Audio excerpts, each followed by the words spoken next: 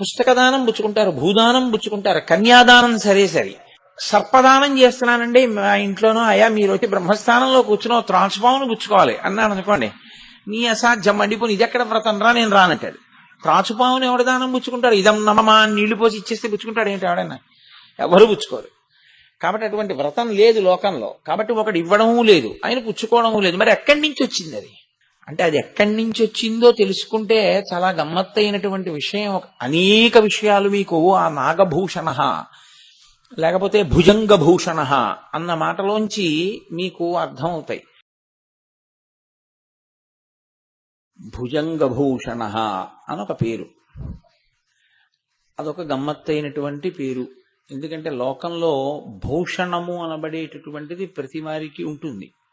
భూషణము అంటే ఆభరణము అని. శరీరము యొక్క సౌందర్యమును ఇనుమడింపచేయుట కొరకు భూషణములను ధరిస్తారు. ఒకటి. రెండు, కొన్ని సౌభాగ్య సూచనలుగా భూషణములను ధరిస్తారు.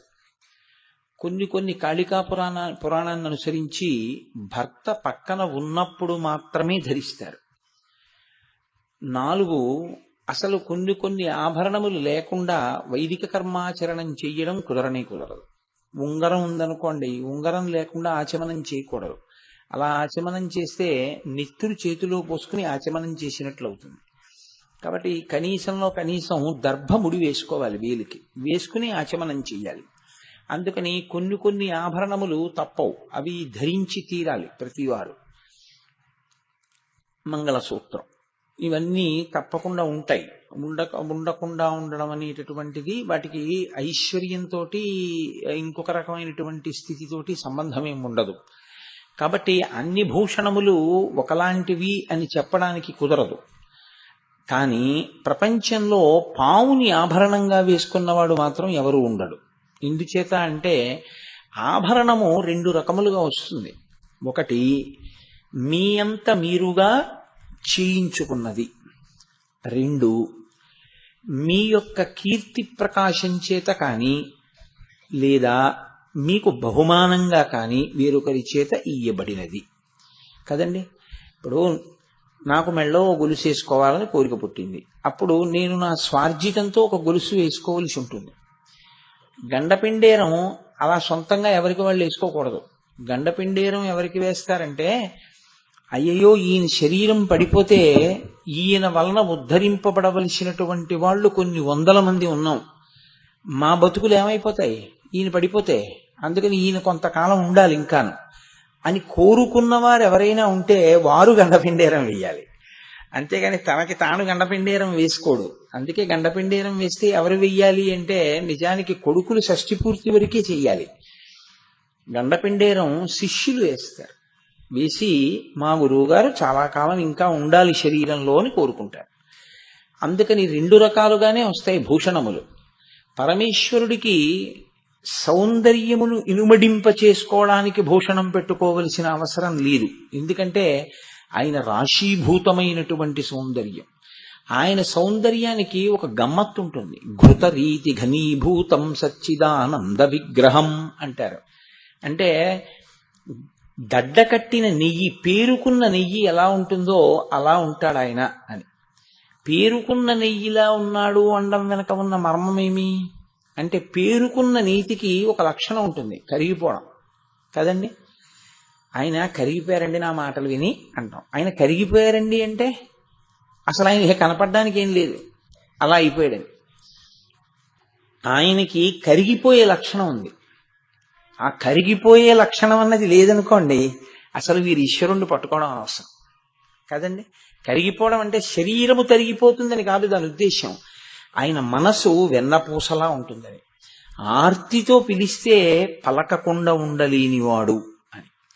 కాబట్టి ఘృతరీతి ఘనీభూతం అన్న మాటకు అర్థం ఏమిటంటే, ఎవరైనా ఆర్తితో పిలిస్తే ఇంకా ఎంత పారవశ్యాన్నో పొంది దిగొచ్చేస్తాడు.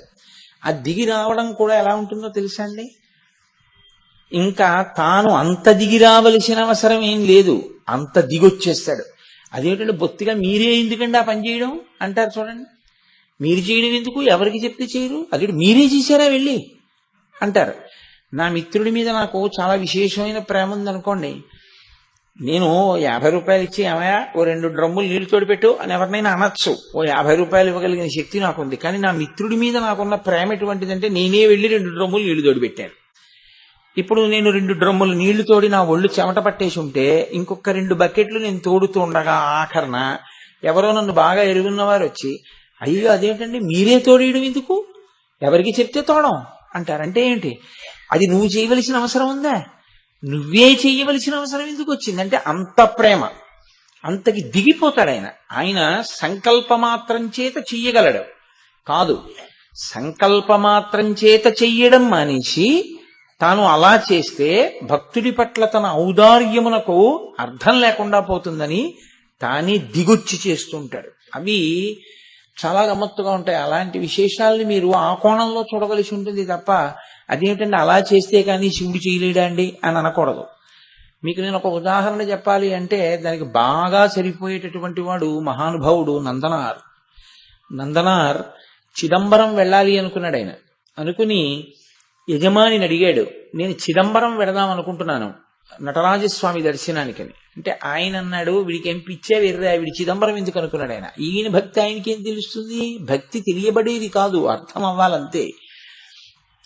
కాబట్టి ఆయన అన్నాడు అలాగే దానికి ఉంది వెళ్ళు, అంతవరకే వినపడింది నందనార్కి. వెళ్ళన్నాడు చాలు వెళ్ళిపోవచ్చు యజమాని అనుకున్నాడు. ఆయన అన్నాడు ఇవాళ రాత్రి మనకున్నటువంటి ఓ 3000 ఎకరాల భూమిని దున్నేసి కలుపు తీసేయి, విత్తనాలు వేయి, ఆకుమడి వస్తుంది, ఆకుమడి అంతా దూరంగా వరి మొక్కలన్నీ పాతు చక్కగా పెంచి, ఎక్కడా చీడాపైడా పట్టకుండా చూడు, కంకులు వస్తాయి కోతలు కోసేయి, ఆ కంకులన్నీ దులిపేయి, ధాన్యం అన్ని బస్తాలకి ఎత్తేయి, మన ఇంటికి తెచ్చేయి, గడ్డంతా తీసుకెళ్లి వాము వేసేయి, నువ్వు చిదంబరం వెళ్ళిపో అన్నాడు. ఆయనకి ఏది వినపడిందంటే నువ్వు చిదంబరం వెళ్ళిపో అన్నది ఒకటే వినపడింది. ఆనంద పారవస్యంలో ఉన్నాడు. తర్వాత ఈ మాటలు అర్థమయ్యి, ఏమిటి రాత్రి 3000 ఎకరాల భూమి నేను దున్ని పంట పండించేయడమా అని.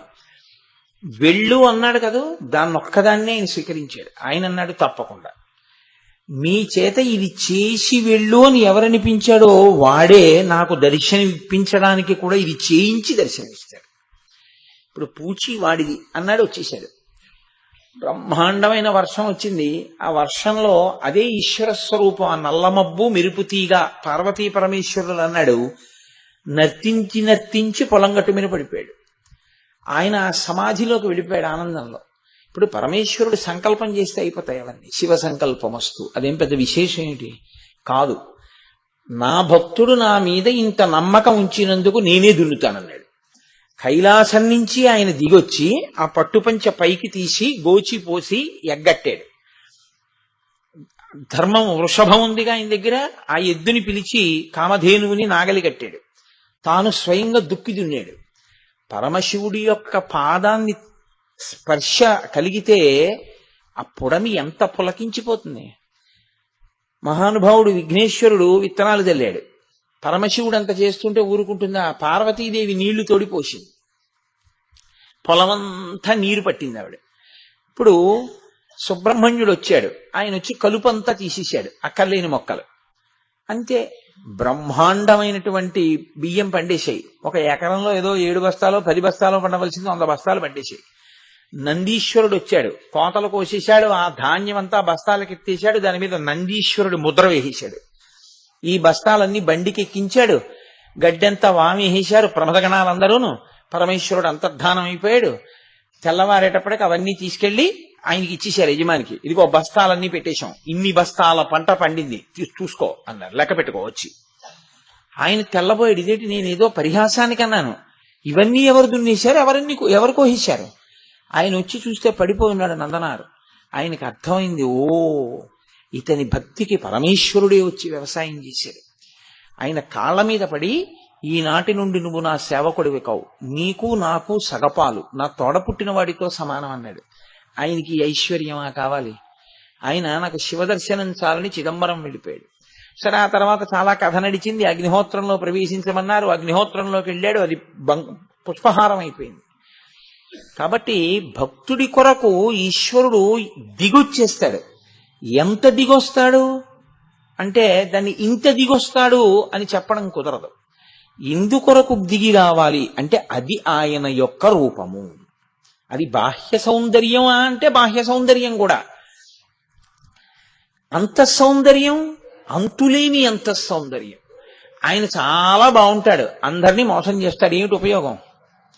ఆయన పైకంత అందంగా ఉండకపోవచ్చు, జగత్తునంతటిని ఉద్ధరిస్తాడు. పరమాచార్య స్వామి వారు బాహ్యంలో ఎంత అందంగా ఉన్నారు అన్నది ఏ మూర్ఖుడు చూడ్డం, ఆయన అంతఃసౌందర్యమే కదా చూస్తారు. అలా పరమేశ్వరుడు ఘృతరీతి ఘనీభూతం సచ్చిదానంద విగ్రహం. ఆయన సత్తు చిత్తు ఆనందమైనటువంటి వాడు. అంతటి మహానుభావుడు ఆర్తితో ఎవరైనా పిలిస్తే కరిగిపోయేటటువంటి స్వభావం ఉన్నవాడు. అటువంటి పరమేశ్వరుడు ఆయన యొక్క అందాన్ని పెంచుకోవడానికి ఇప్పుడు కొత్తగా ఆభరణం ఒకటి ఆయన పెట్టుకోవలసిన అవసరం లేదు. లేదా ఎవరో ఇస్తే వాళ్ళ ప్రీతి కాదనలేక తాను పుచ్చుకోవాలి. ఎవరిచ్చిన లోకంలో సర్పదానం చేయడానికి అటువంటి వ్రతం లేదు కదండి. సర్పదానము అని వ్రతం ఒకటి ఉంటే అది మీరు నేను కూడా చెయ్యాలి, ఎప్పుడో అప్పుడు చెయ్యొచ్చు. కానీ దానిలో ఉండే ఇబ్బంది ఏమిటో తెలుసా అండి? ప్రతిగ్రహీత ఉండడు. సువర్ణదానం చేస్తున్నాం వచ్చి పుచ్చుకుంటారు, రజిత దానం చేస్తున్నాం పుచ్చుకుంటారు, లవణదానం పుచ్చుకుంటారు, పుస్తక దానం పుచ్చుకుంటారు, భూదానం పుచ్చుకుంటారు, కన్యాదానం సరే. సర్పదానం చేస్తున్నానండి మా ఇంట్లోనో, అయ్యా మీరు వచ్చి బ్రహ్మస్థానంలో కూర్చున్న త్రాచుపామును పుచ్చుకోవాలి అన్నాను అనుకోండి, నీ అసాధ్యం మండిపోయి ఇది ఎక్కడ వ్రతం రా, నేను రానంటాడు. త్రాచుపాముని ఎవడు దానం పుచ్చుకుంటాడు? ఇదం నమమా నీళ్లు పోసి ఇచ్చేస్తే పుచ్చుకుంటాడు ఏంటి ఎవడైనా? ఎవరు పుచ్చుకోరు. కాబట్టి అటువంటి వ్రతం లేదు లోకంలో. కాబట్టి ఒకటి ఇవ్వడము లేదు, ఆయన పుచ్చుకోవడము లేదు. మరి ఎక్కడి నుంచి వచ్చింది అది? అంటే అది ఎక్కడి నుంచి వచ్చిందో తెలుసుకుంటే చాలా గమ్మత్తైనటువంటి విషయం. అనేక విషయాలు మీకు ఆ నాగభూషణ లేకపోతే భుజంగభూషణ అన్న మాటలోంచి మీకు అర్థమవుతాయి. నిజంగా కూడా ఆయన నాగులను ఆభరణంగా పెట్టుకుంటాడు. ఎందుకు పెట్టుకుంటాడు అంటే ఆయన కొరకు కాదు, వాటి కొరకు. మనం చూడండి, ఒక్కొక్కసారి ఆర్తి కలిగిన కాలంలో అయ్యా ఏమనుకోకండి మీ ఇంట్లో ఉండిపోతానంటాం, మీ ఇంట్లో ఉండిపోతానండి అంటారు. ఎందుకంటే అక్కడ ఉంటే రక్షణ కలుగుతుంది అని అలా ఉండిపోతుంటారు. ఒకప్పుడు కృష్ణదేవరాయల వారికి ఆపద వస్తే వ్యాసరాయల వారు ఎవ్వరికీ తెలియకుండా కృష్ణదేవరాయల వారిని సింహాసనం నుంచి దించేశారు. ఆయన్ని దించేసినట్టు కూడా ఎవరికీ తెలియదు. అప్పటికి ఆయన పేరు వ్యాస తీర్థులు, ద్వైతమత ప్రవర్తకులైన ఆయన. రాయలు అన్న పేరు తను తగిలించుకుని వ్యాసరాయలు అన్న పేరుతో పట్టాభిషేకం చేసేసుకున్నారు. ఎందుకని అంటే కుహు యోగం వచ్చింది, అదొస్తే ప్రభువు మరణిస్తాడు. కాబట్టి ఇప్పుడు ప్రభువుని రక్షించడానికి ప్రభువుని పదవిలోంచి తీసేశారు. ఇప్పుడు ఆయన ప్రభువు కాదుగా, ప్రభువు లేకుండా ఉండకూడదు. వ్యాసరాయల వారు సింహాసనం మీద కూర్చున్నారు. ఏ యోగమైనా మహాభక్తుడిని ఏం చేస్తుంది? కాబట్టి వ్యాసరాయల వారిని ఏం చేయలేకపోయింది. ఆ కాలం వెళ్ళిపోయిన తర్వాత మళ్ళీ ఆయన కృష్ణదేవరాయల వారికి పట్టాభిషేకం చేసేశారు. చేసేసి వ్యాసరాయల వారు వెంకటాచలం వెళ్ళిపోయారు. స్వామి పుష్కరిణి ఆ గట్టు చివర ఉండే హనుమ దేవాలయం వ్యాసరాయల వారు ప్రతిష్ఠ చేసింది. మన ప్రారంధం ఏమిటంటే వెంకటాచలానికి రికమెండేషన్ లెటర్లు ఇచ్చేవాళ్ళు చాలా మంది ఉంటారు, కానీ పెద్ద పెద్ద పదవుల్లో వచ్చిన సామాన్య భక్తులకి ఏ దేవాలయం ఏమిటి, దాని ప్రాముఖ్యత ఏమిటి అని చెప్పడానికి 500 రూపాయలు పెట్టి బోర్డు పెట్టడానికి బహుశా తిరుమల తిరుపతి దేవస్థానం వారికి నిధులుండవు. మిగిలిన అక్కర్లేని వాటి అన్నింటికీ నిధులుంటాయి, రికమెండేషన్ లెటర్లు ఇవ్వడానికి చాలా మంది ఉంటారు. అది ప్రారబ్ధ కర్మ ఇవాళ భక్తులకి. అందుకని అక్కడ దేవాలయానికి ఆ బోర్డు ఉందో లేదో కూడా నాకు తెలియదు. ఈ కారణం చేత వ్యాసరాయలు అన్న పేరుతో ఆయన కొంతకాలం పరిపాలన చేశారు. అంతటి మహానుభావుడు. కాబట్టి తలుచుకుంటే సంకల్ప బలం చేత మృత్యువుని గట్టెక్కించగలిగినటువంటి సమర్థత కలిగినటువంటి మహాపురుషులు ఉంటారు లోకంలో. పావుని దానం పుచ్చుకోవడం కానీ, పావుని ఒంటి మీద వేసుకోవడం కానీ ఎవ్వరూ చేయరు. ఎవ్వరూ ఎందుకు చెయ్యరు అంటే ఒక్కటే కారణం, పాము మృత్యువునకు సంకేతం. అందుకే పావుని మనం చూశామా అన్నది ప్రధానం కాదు, పాము మనని చూసిందేమో అన్న అనుమానంతో సగం చచ్చిపోతాడు. పాము చూసిందో చూడలేదో తెలియదు, అక్కడ పడుకుంది, ఈయన చూశాడు, వెళ్ళిపోయాడు. వెళ్ళిపోయిన వాడు ఏమంటాడంటే పాము నన్ను చూడలేదండి, నన్ను చూడలేదు అనుకుంటున్నాను, అది పడుకుంది, నేను వచ్చేసాను దూరం నుంచి చూసంటాడు. కానీ మంత్రించిన చోళ్లు తెచ్చి ఇల్లంతా చల్లుకుంటాడు. ఎందుకో తెలుసండి, అనుమానం, అది చూసిందేమో అని. చూస్తే ఏమవుతుంది? ఇంకేం ఉండదు, చచ్చిపోవడమే. పాము మృత్యువునకు సంకేతం. అందరూ మృత్యువుకి భయపడతారు. లోకంలో మృత్యువునకు భయపడనటువంటి వాడు ముక్త పురుషుడు. మృత్యువునకు భయం లేకుండా పరమానంద స్థితిలో శరీరాన్ని హోమం కింద మృత్యువునకు అప్పజెప్పేసేవాడు ఎవరుంటాడో, ఆఖరణ ఊపిరి ఆగిపోతుంటే ఓ ఇది ప్రకృతి పరిణామం, పడిపోతోంది శరీరం అని అప్పజెప్పగలిగినటువంటి ధృతి కలగాలి అంటే వాడు ఎంతో భక్తి తత్పరుడై, ఎంతో జ్ఞానమును పొంది, ఎంతో శివానుగ్రహాన్ని పొందినవాడైతే తప్ప అలా వెళ్ళడు. ఎందుకో తెలుసా అండి? ఎప్పుడూ ఏడుపు అనేటటువంటిది తప్పని శరీరాలే ఉంటాయి లోకంలో. మీరు చూడండి, ఏ శరీరాన్ని మీరు తీసుకోండి, ఏడవకుండా ఉంటుంది అని మీరు చెప్పడం కుదరదు. సాధారణంగా ఏమంటారంటే ఇది దీన్ని చంపుతుందని ఇది ఏడుస్తోందండి. అసలు అరణ్యంలో ఇది ఎక్కువగా ఉంటుంది, ఒకదాన్ని ఒకటి చంపేయడం అన్నది. అరణ్యంలో ఎప్పుడూ చంపబడనిది అంటూ ఉంటే సింహం ఒకటి, దాన్ని ఇంకో జంతువు చంపదు. అలాగని సింహం ఏడవదని మీరు అనుకుంటున్నారా? అది ఏడుస్తుంది, దానికి కాళ్ళు ఏదో దిగుతుంది, ఏడుస్తుంది. అది సింహం కూడా ఏడుస్తుంది. ఏడవనిది ఏదుంది చెప్పండి? ఏడవని శరీరాలు ఎందుకుంటామంటే శరీరాన్ని అంతకుముందు వదిలేటప్పుడు ఏడుస్తూ వెళ్ళాడు, ఆఖరి పనిది. దానికి కొనసాగింపు తర్వాత శరీరం. ఏడుస్తూ ఎడతాడు. నవ్వుతూ అప్పచెప్పాడు అనుకోండి, నవ్వుతూనే ఉండడానికి శరీరం లేదు కాబట్టి ఎప్పుడూ నవ్వుతూ ఉండే శివుడిలో కలిసిపోతాడు. అంతే తేడా శాస్త్రంలో. కానీ ఆ సాధన రావడం చాలా కష్టం. ఆ సాధన తెలియాలంటే ఎప్పుడు లోపలి ఆనంద స్వరూపం తెలియాలి, శివుడు తెలియాలి. శివుడు తెలియాలంటే శివానుగ్రహం ఉండాలి, లేకుండా తెలియడు. అది కలిగిందనుకోండి నవ్వుతూ వెళ్ళిపోతాడు. నవ్వుతూ వెళ్ళిపోయాడంటే ఇక రాడు, ఏడుస్తూ వెడతాడు. ఎందుకు ఏడుస్తాడంటే అవి బాబోయిది పడిపోతుంది, అవి బాబోయిది పడిపోతుంది, అవి బాబోయిది పడిపోతుంది, ఎంత బెంగో. ఏడుస్తూ వెళ్ళిపోతాడు కాబట్టి మళ్ళీ ఏడుపు ఉండి తీరవలసిన శరీరంలోకే వస్తాడు, తప్పదు. అందుకే ఆ వచ్చేటప్పుడు ఏడుపు ఉంటుంది. ఎంత టెన్షన్ అండి. భార్య ఆ ప్రసూతి గదిలో ఉంటే బయట భర్త గారు ఎన్ని మొక్కులు మొక్కుకుంటూ తిరుగుతుంటాడు. ఆవిడ వంశోద్ధారకుడో పిల్లో బయటికి రావద్దు. ఆవిడ మృత్యువు యొక్క ద్వారము దగ్గర నిలబడి వెనక్కి వస్తుంది తల్లి. ఎంత మహాత్యాగం చేస్తే ఈ శరీరాలు నిలబడ్డాయి. తల్లి అనుగ్రహం లేకపోతే ఈ శరీరాలు ఎక్కడున్నాయి?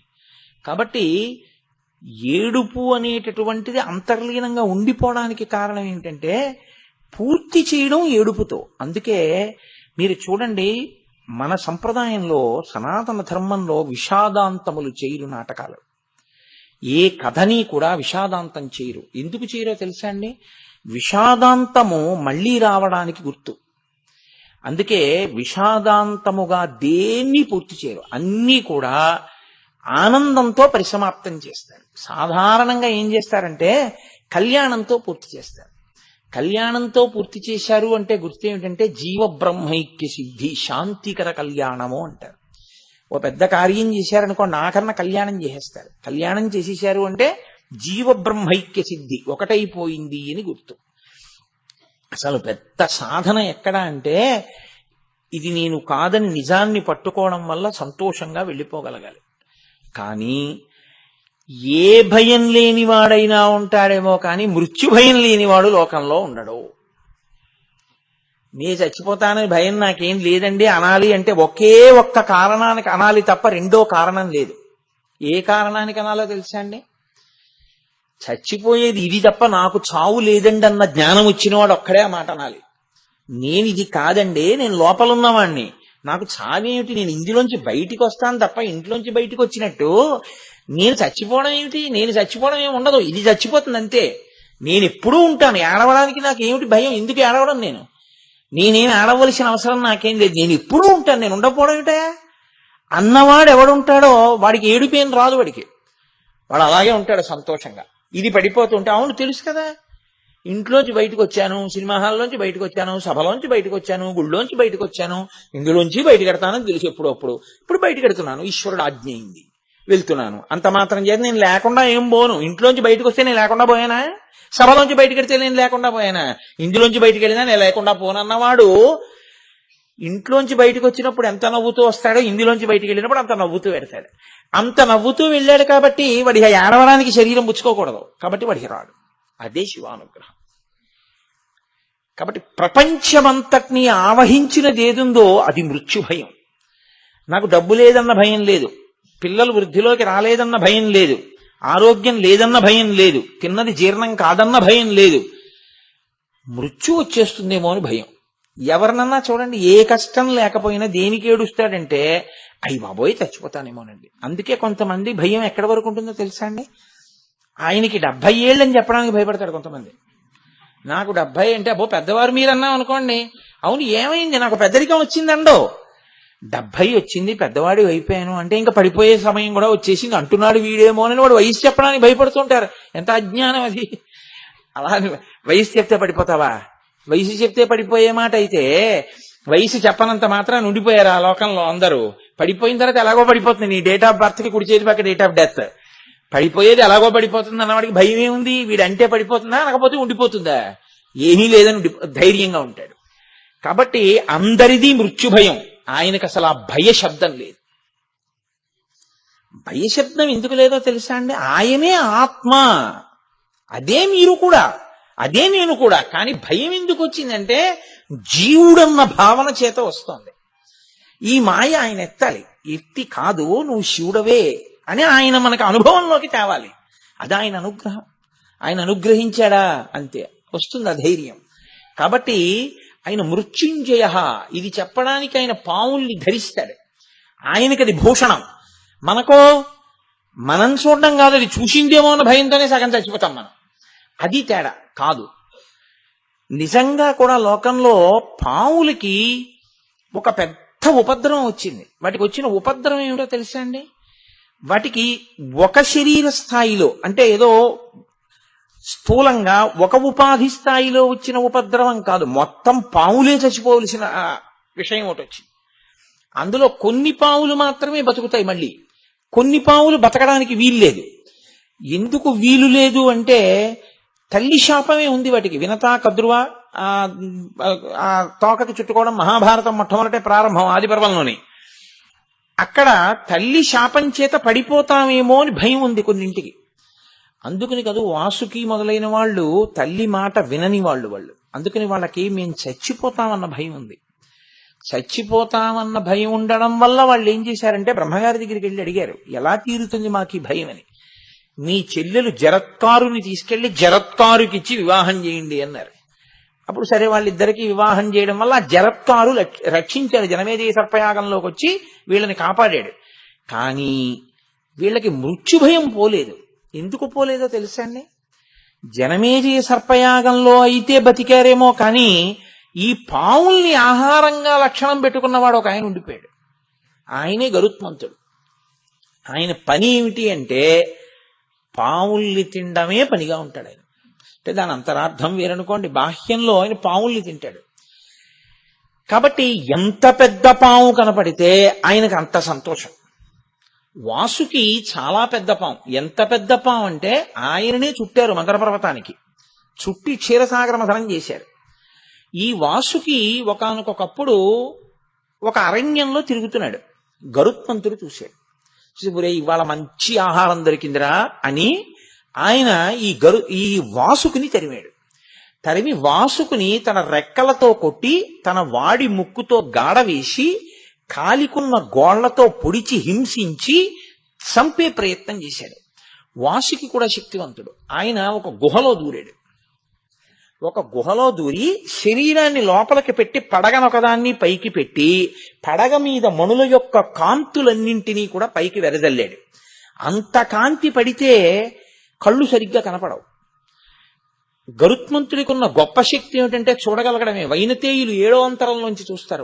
వాళ్ళు ఎంత దూరం నుంచి అయినా చూస్తారు. అది వాళ్ళకే ఉన్న శక్తి. రామాయణంలో కిష్కింధకాండలో చెప్తారు. కాబట్టి ఇప్పుడు ఆయనకి చూడగలిగిన శక్తిని తగ్గించడానికి ఆయన మణుల కాంతిని వెదజల్లి పక్షి కొంచెం దూరంగా ఎప్పుడు వెళ్ళిపోతుందంటే అగ్నిహోత్రాన్ని చూస్తే వెళ్ళిపోతుంది పక్షి. చెట్టు కింద మంటలు ఉన్నాయనుకోండి, పక్షులు లేచి వెళ్ళిపోతాయి. అందుకని నోట్లోంచి విషాగ్నిని వెదజల్లాడు. ఈ విషాగ్నికి మణుల కాంతికి మరింత కోపం వచ్చింది గరుత్మంతుడికి. ఇవాళ వాసుకిని చంపి తీరుతానని ఇటు వాసుకి ఇటు గరుత్మంతుడు భయంకరమైన యుద్ధం చేస్తున్నాడు. తండ్రి కశ్యప ప్రజాపతి ఆయన వచ్చాడు.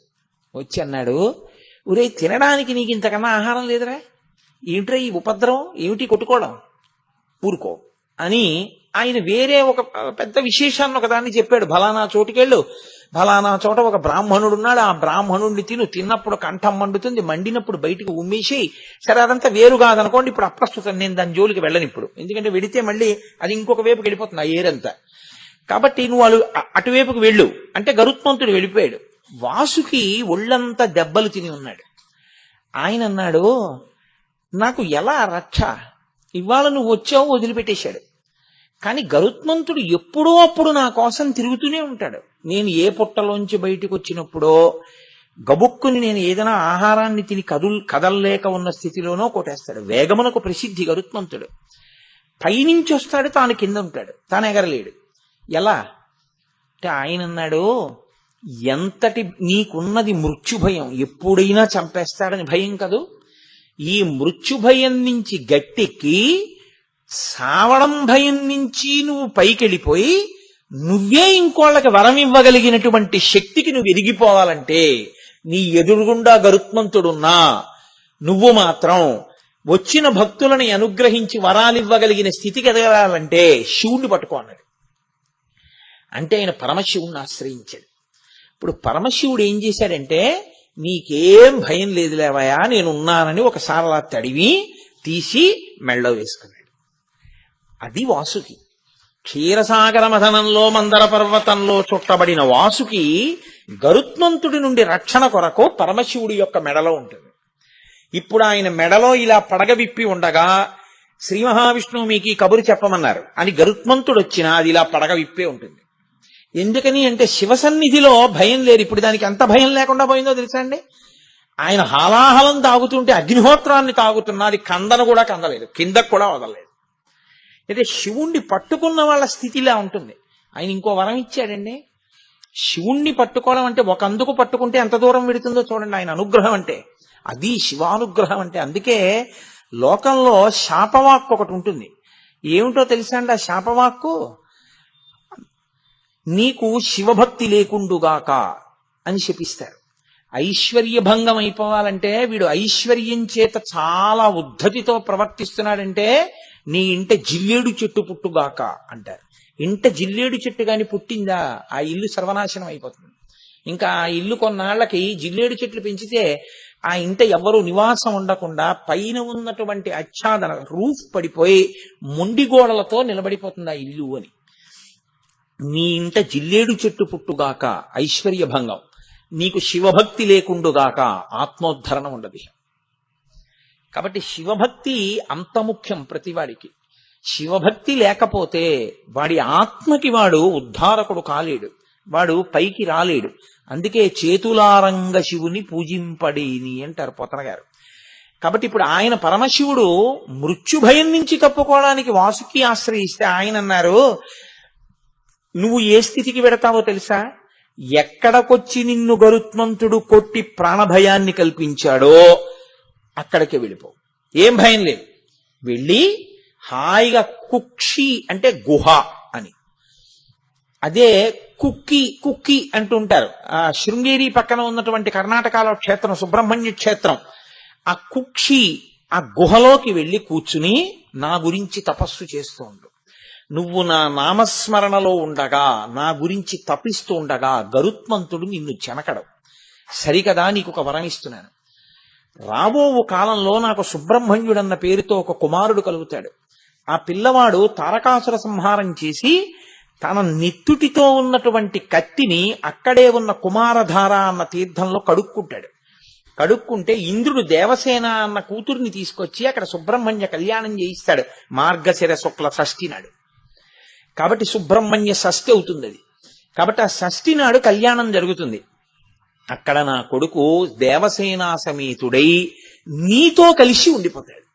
అప్పుడు నువ్వు ఎంత శక్తివంతుడు అవుతావంటే దర్శనానికి వచ్చిన వాళ్ళందరినీ నువ్వే అనుగ్రహించగలుగుతావు, నువ్వు వరాలు ఇస్తావు. ఇక గరుత్మంతుడు ఏం చేస్తాడు? నిన్ను గరుత్మంతుడు చేసేది ఏమి ఉండదు. నువ్వు లోకమునకు వరమలనివ్వగలవు సరికదా, నీ ముంగిట సేవ చేయడానికి గరుత్మంతుడు నిలబడతాడు ఒకనాడు, వెళ్ళమన్నారు. ఆయన వచ్చి తపస్సు చేశారు. అందుకే మూల సుబ్రహ్మణ్యం అని ఉంటుంది. ఆ మూల సుబ్రహ్మణ్యం పెద్ద పుట్ట, ఆ పుట్టలోనే వాసుకి తపస్సు చేశారు. తపస్సు చేస్తే సుబ్రహ్మణ్యేశ్వర స్వామి వారి యొక్క ఆవిర్భావం అయిన తర్వాత ఆయన తారకాసుర సంహారం చేసి నెత్తుటితో ఉన్న కత్తిని ఆ కుమారధారలో కడుక్కున్నారు. కడుక్కున్న తర్వాత ఆయన దగ్గరికి వచ్చి ఈ వాసుకి బ్రహ్మాది దేవతలు స్తోత్రం చేశారు, మీ నాన్నగారు వరం ఇచ్చారు, మీరు ఇక్కడ వెలియాలి అని. అంటే ఆయన అంగీకరించారు, నేను ఇక్కడ ఉంటాను అని. అప్పుడు పరమేశ్వరుడు తన మాట నిజమైంది, తన భక్తుడికి తానిచ్చిన వరం నిజమైంది, తన కొడుకు తన మాట నిలబెట్టాడు. పరమ సంతోషంతో వాసుకి ఏ శివుణ్ణి ఆశ్రయించాడో ఆ శివుడు వాసుకి ఇప్పుడు అడగకపోయినా నువ్వు ఉన్న చోట నేను ఉంటాను లేవయ్యా అని ఆయన కూడా బయలుదేరి వచ్చేశాడు. అందుకే మీకు కుక్షి క్షేత్రంలో ఎలా ఉంటుందో తెలుసా అండి? శివలింగం ఉంటుంది, కుక్కీలింగం అంటారు. శివుడు ఉంటాడు, శివుడి మీద పడగలు పెట్టి ఆదిశేషుడు ఉంటాడు. ఎందుకుంటాడు అంటారేమో, అహిర్భుజ్ఞ్య అని పేరు శివుడికి. అహిర్భుజ్ఞ్యో దిగంబర అని చదువుతున్నాం కదా. ఆదిశేషుడికి వహించగలిగిన శక్తి ఉంది. సాధారణంగా లోకంలో పడగకి మోయగలిగిన శక్తి ఉండదు. పాము పడగ దేన్నైనా బరువులు మోయడానికి పనికొస్తుందని చెప్పడానికి పనికొచ్చే తల కాదది, అది బరువులు మొయ్యదు. మీరు ఎక్కడైనా పాము తల మీద బరువు పెట్టి మోయించడం, లేకపోతే అదేదైనా బరువును మోసుకుంటూ వెళ్ళిపోతుండడం పడగ మీద మీరు ఎక్కడా చూడరు. మరి ఆదిశేషుడు తన పడగలతో ఈ భూమండలాన్నంతటినీ ఎలా మోస్తున్నాడు అంటే, పాతాళలోకమునందు ఉన్నటువంటి ఆదిశేషుని యందు ఈ భూమి కదలకుండా నిలబెట్టడం కోసమని ఆదిశేషుడు తన పడగల మీద భరించగలిగినటువంటి శక్తిగా ఆదిశేషుని యందు ప్రవేశించాడు పరమేశ్వరుడు. ఎందుకు ప్రవేశించాడు అంటే, ఒకనాడు తనకి అల్లెత్రాడయ్యాడు త్రిపురాసుర సంహారంలో. అందుకని అహిర్భుజ్ఞ్య అంటే ఆదిశేషుని యందు ప్రవేశించి ఈ భూమి కదలకుండా పట్టుకోవడంలో ఆయన పడగలకి అంత శక్తినిచ్చాడు. అందుకే ఆదిశేషుడు శివప్రవేశం వలన అంత మహాజ్ఞాని అయి ఉత్తరోత్తర కాలమనందు ఆయన పతంజలి రూపంలో వచ్చి మహాభాష్యము అన్న పేరుతో మహాగ్రంథాన్ని వెలయించాడు. మూకశంకరులు మూక పంచశతిలో దాని మీద మహాభాష్య వ్యాఖ్య అంటూ పెద్ద స్తోత్రమే చేశారు. కాబట్టి పరమేశ్వరానుగ్రహం అహిర్భుజ్ఞుణ్ణి చేసి ఆదిశేషుని పడగలకి మోయగలిగిన శక్తినిచ్చింది. కాబట్టి శివశక్తి తన యందుండి ఇంత స్థితిని పొందినవాడు. కాబట్టి ఈ శివలింగం మీద ఆదిశేషుడు పడగలు పట్టుంటాడు. ఈయన అనుగ్రహమే నన్ను భూమిని మోసేట్టు చేసింది. ఈ అనుగ్రహంతో నేను ఈయనకి పడగలు పట్టి నా ఛత్రాన్నై నేను సేవ చేసుకుంటానని ఆదిశేషుడు పడగలు పడతాడు. పడగల కింద కుక్షిలింగం ఉంటుంది. ఇప్పుడు ఈ ఆదిశేషుడి పడగల మీద వాసుకి ఉంటాడు. ఎందుకని? శివుణ్ణి ఆశ్రయించిన వాడు ఎంత శక్తిని పొందగలడో చూపించడానికి ఆదిశేషుడి కన్నా పైన వాసుకి ఉంటారు. ఈ వాసుకి పైన సుబ్రహ్మణ్యేశ్వరుడు ఉంటాడు. అయితే వాసుకి ఊపిరిలోంచి విషం వస్తుంటుంది, ఎప్పుడు విషం వస్తుంది. కాబట్టి మీరు లోపలికి వెళ్ళడం కుదరదు. కుక్షిలో లోపలికి వెళ్ళడం కాదు, గుడి తలుపులు చాలాసేపు వీసున్న తర్వాత తలుపులు తీస్తే ఎదురుగుండా కానీ వెడితే రోగము సంప్రాప్తిస్తుందేమో అని భయం చాలా మందికి ఏమి అదే చెప్తారు. అందుకే కుక్షి క్షేత్రంలో ఏం చేస్తారంటే గరుడ స్తంభం ఉంటుంది ఎదురుగుండా. ఈ గరుడ స్తంభం ఏం చేస్తుందంటే వాసుకి విడిచిపెట్టినటువంటి విషజ్వాలల్ని విరిచేస్తుంటుంది. అందుకని ఆ సేవ చేసుకోవడానికి నించుంది గరుడ స్తంభం తప్ప ఇప్పుడు వాసుకి ఏమీ చేయలేకపోయాడు. ఎందుకని? శివలింగం ఉంది కింద, పరమశివుడు ఉన్నాడు. పరమశివుడున్న కారణం చేత వాసుకి గరుత్మంతుని వలన భయం లేకుండా పోయింది. అక్కడ వాసుకి ఏం చేస్తాడో తెలుసా అండి? అత్యద్భుతమైనటువంటి ఉపకారం చేస్తాడు. ఈశ్వరుడికి నివేదన అయిన తర్వాత అక్కడ ఉండేటటువంటి అర్చకులు అన్నం తింటారు. అర్చకులు అన్నం తిన్న తర్వాత మిగిలిపోయినటువంటి విస్తళ్ల మీద దొల్లడం ఒక సేవ అక్కడ. అది ఎన్నో సంవత్సరాల ముందు బుక్ చేసుకుంటారు. బుక్ చేసుకుంటే ఆ బ్రాహ్మణులు అక్కడ ఉన్న అర్చకులు భోజనం చేసి విడిచిపెట్టేసిన విస్తళ్లు వేస్తే దాని మీద దొల్లి వాళ్ళ భక్తి విశ్వాసాలతో అనారోగ్యం నుంచి బయటకు వస్తారు, చర్మ వ్యాధులు పోతాయని. అందుకే మీరు కుక్షిలో ఎప్పుడైనా లైన్లో దర్శనానికి క్యూలో నించుంటే అటు ఇటు చూస్తే, జాగ్రత్తగా పరికించి చూస్తే, ఏదో 4 బస్సుల్లో ఓ ఊరు వాళ్లే వెళ్ళిపోయి నించుంటే వాళ్లే ఉంటారు అటు ఇటు, అది వేరు విషయం. మీరు ఏ ఒక్కరో వెళ్ళి నిలబడితే మీ ముందు, మీ వెనక, మీ పక్కన చాలా మంది రకరకాల చర్మ వ్యాధిగ్రస్తులు నిలబడి కనపడతారు. ఎందుకో తెలుసా అండి? అక్కడ వాసుకి శక్తి అటువంటిది. ఆయన సుబ్రహ్మణ్యుడు కలిసి ఆ కుమారధార యందు స్నానం చేస్తే చర్మ వ్యాధులు పోగొడతారు. అందుకే అక్కడికి వెళ్ళి స్నానం చేస్తుంటారు. అక్కడికి వెళ్ళి ఆ విస్తరాకులు మీరు దొల్లుతారు. అక్కడ సుబ్రహ్మణ్యేశ్వర స్వామి వారి అనుగ్రహం అండి. ఎదర వస్తోందిగా మార్గశీర్ష శుక్ల షష్ఠి. ఆ మహానుభావుడు కనపడి చెప్పాడు. దేవాలయాన్ని నిర్వహించేటటువంటి వ్యక్తులకి, ప్రధానుడికి కల్లో కనపడి చెప్పాడు, మీరు నాకు నైవేద్యం పెట్టడానికి ఎప్పుడూ లోటు రాకుండా అక్షయ పాత్రని పంపిస్తున్నాను. ఆయన గుడి పక్కనే వెడుతుంటుంది ఒక తీర్థం. తీర్థము అన్నదానికి అర్థం ఏమిటి నేను మీకు పూర్వం ఒకసారి చెప్పాను. అందులో స్నానం చేస్తే యజ్ఞం చేసిన ఫలితం వేస్తారు. దానికి తీర్థం అని పేరు.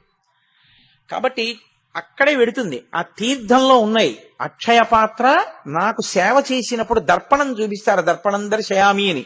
ఆ అద్దం అక్కడ ఉన్నాయి. గుడి పక్కన కొట్టుకొచ్చి వరదలో వెళ్ళి తెచ్చుకోమన్నారు. ఆయనకి నిన్న రాత్రికి అలా వచ్చింది.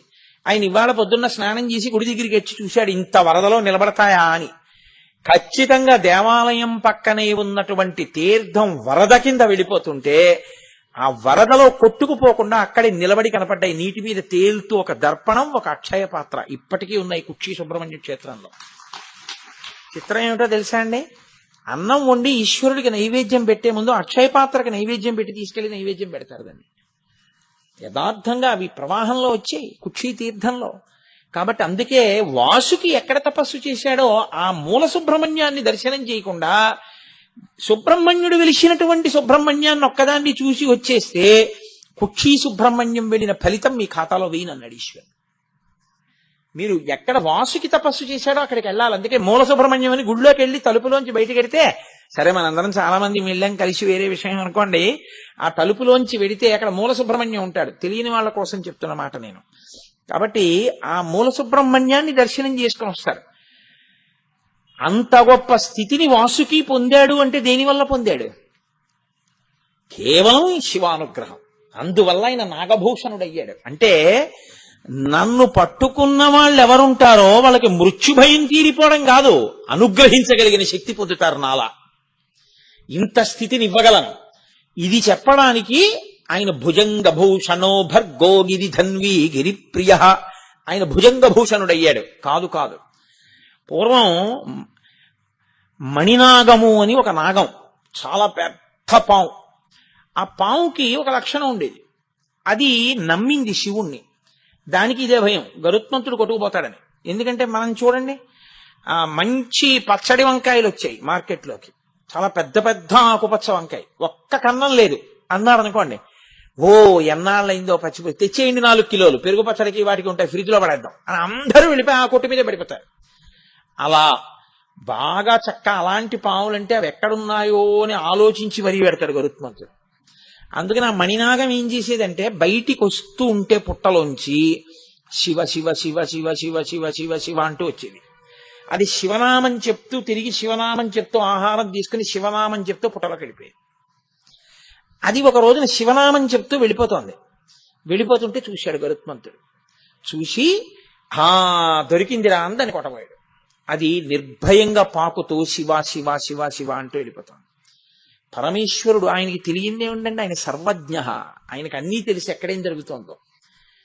ఎప్పుడూ నా పేరు చెప్పే అలవాటు ఉన్నటువంటి మణినాగాన్ని గరుత్మంతుడు కొట్టబోతున్నాడు. ఆయన వెంటనే నందీశ్వరుణ్ణి పిలిచి అన్నాడు, వెళ్ళి రక్షించన్నాడు.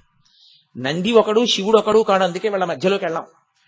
వెంటనే నంది, నేను వెళ్లి గరుత్మంతుణ్ణి చెనకితే బాగుండదు, శివకేశవులు రెండుగా కనపడే ఒకరు, శ్రీ మహావిష్ణువుకి చెప్తే ఆయన వాహనం కాబట్టి ఏమిటయా ఈ పని అంటారు. మేమిద్దరం ఈక్వల్స్, నేను ఈయన వాహనాన్ని ఆయన వాహనం కాబట్టి బొత్తిగా ఏమైనా నువ్వు మాట చెప్పపోయావా అంటాడేమో రేపు పొద్దున వాళ్ళ ఓనర్ గారికి చెప్పేస్తే గొడవ వదిలిపోతుంది. అందుకని చెప్పి ఆయన వెళ్లి విష్ణువుకి చెప్పారు.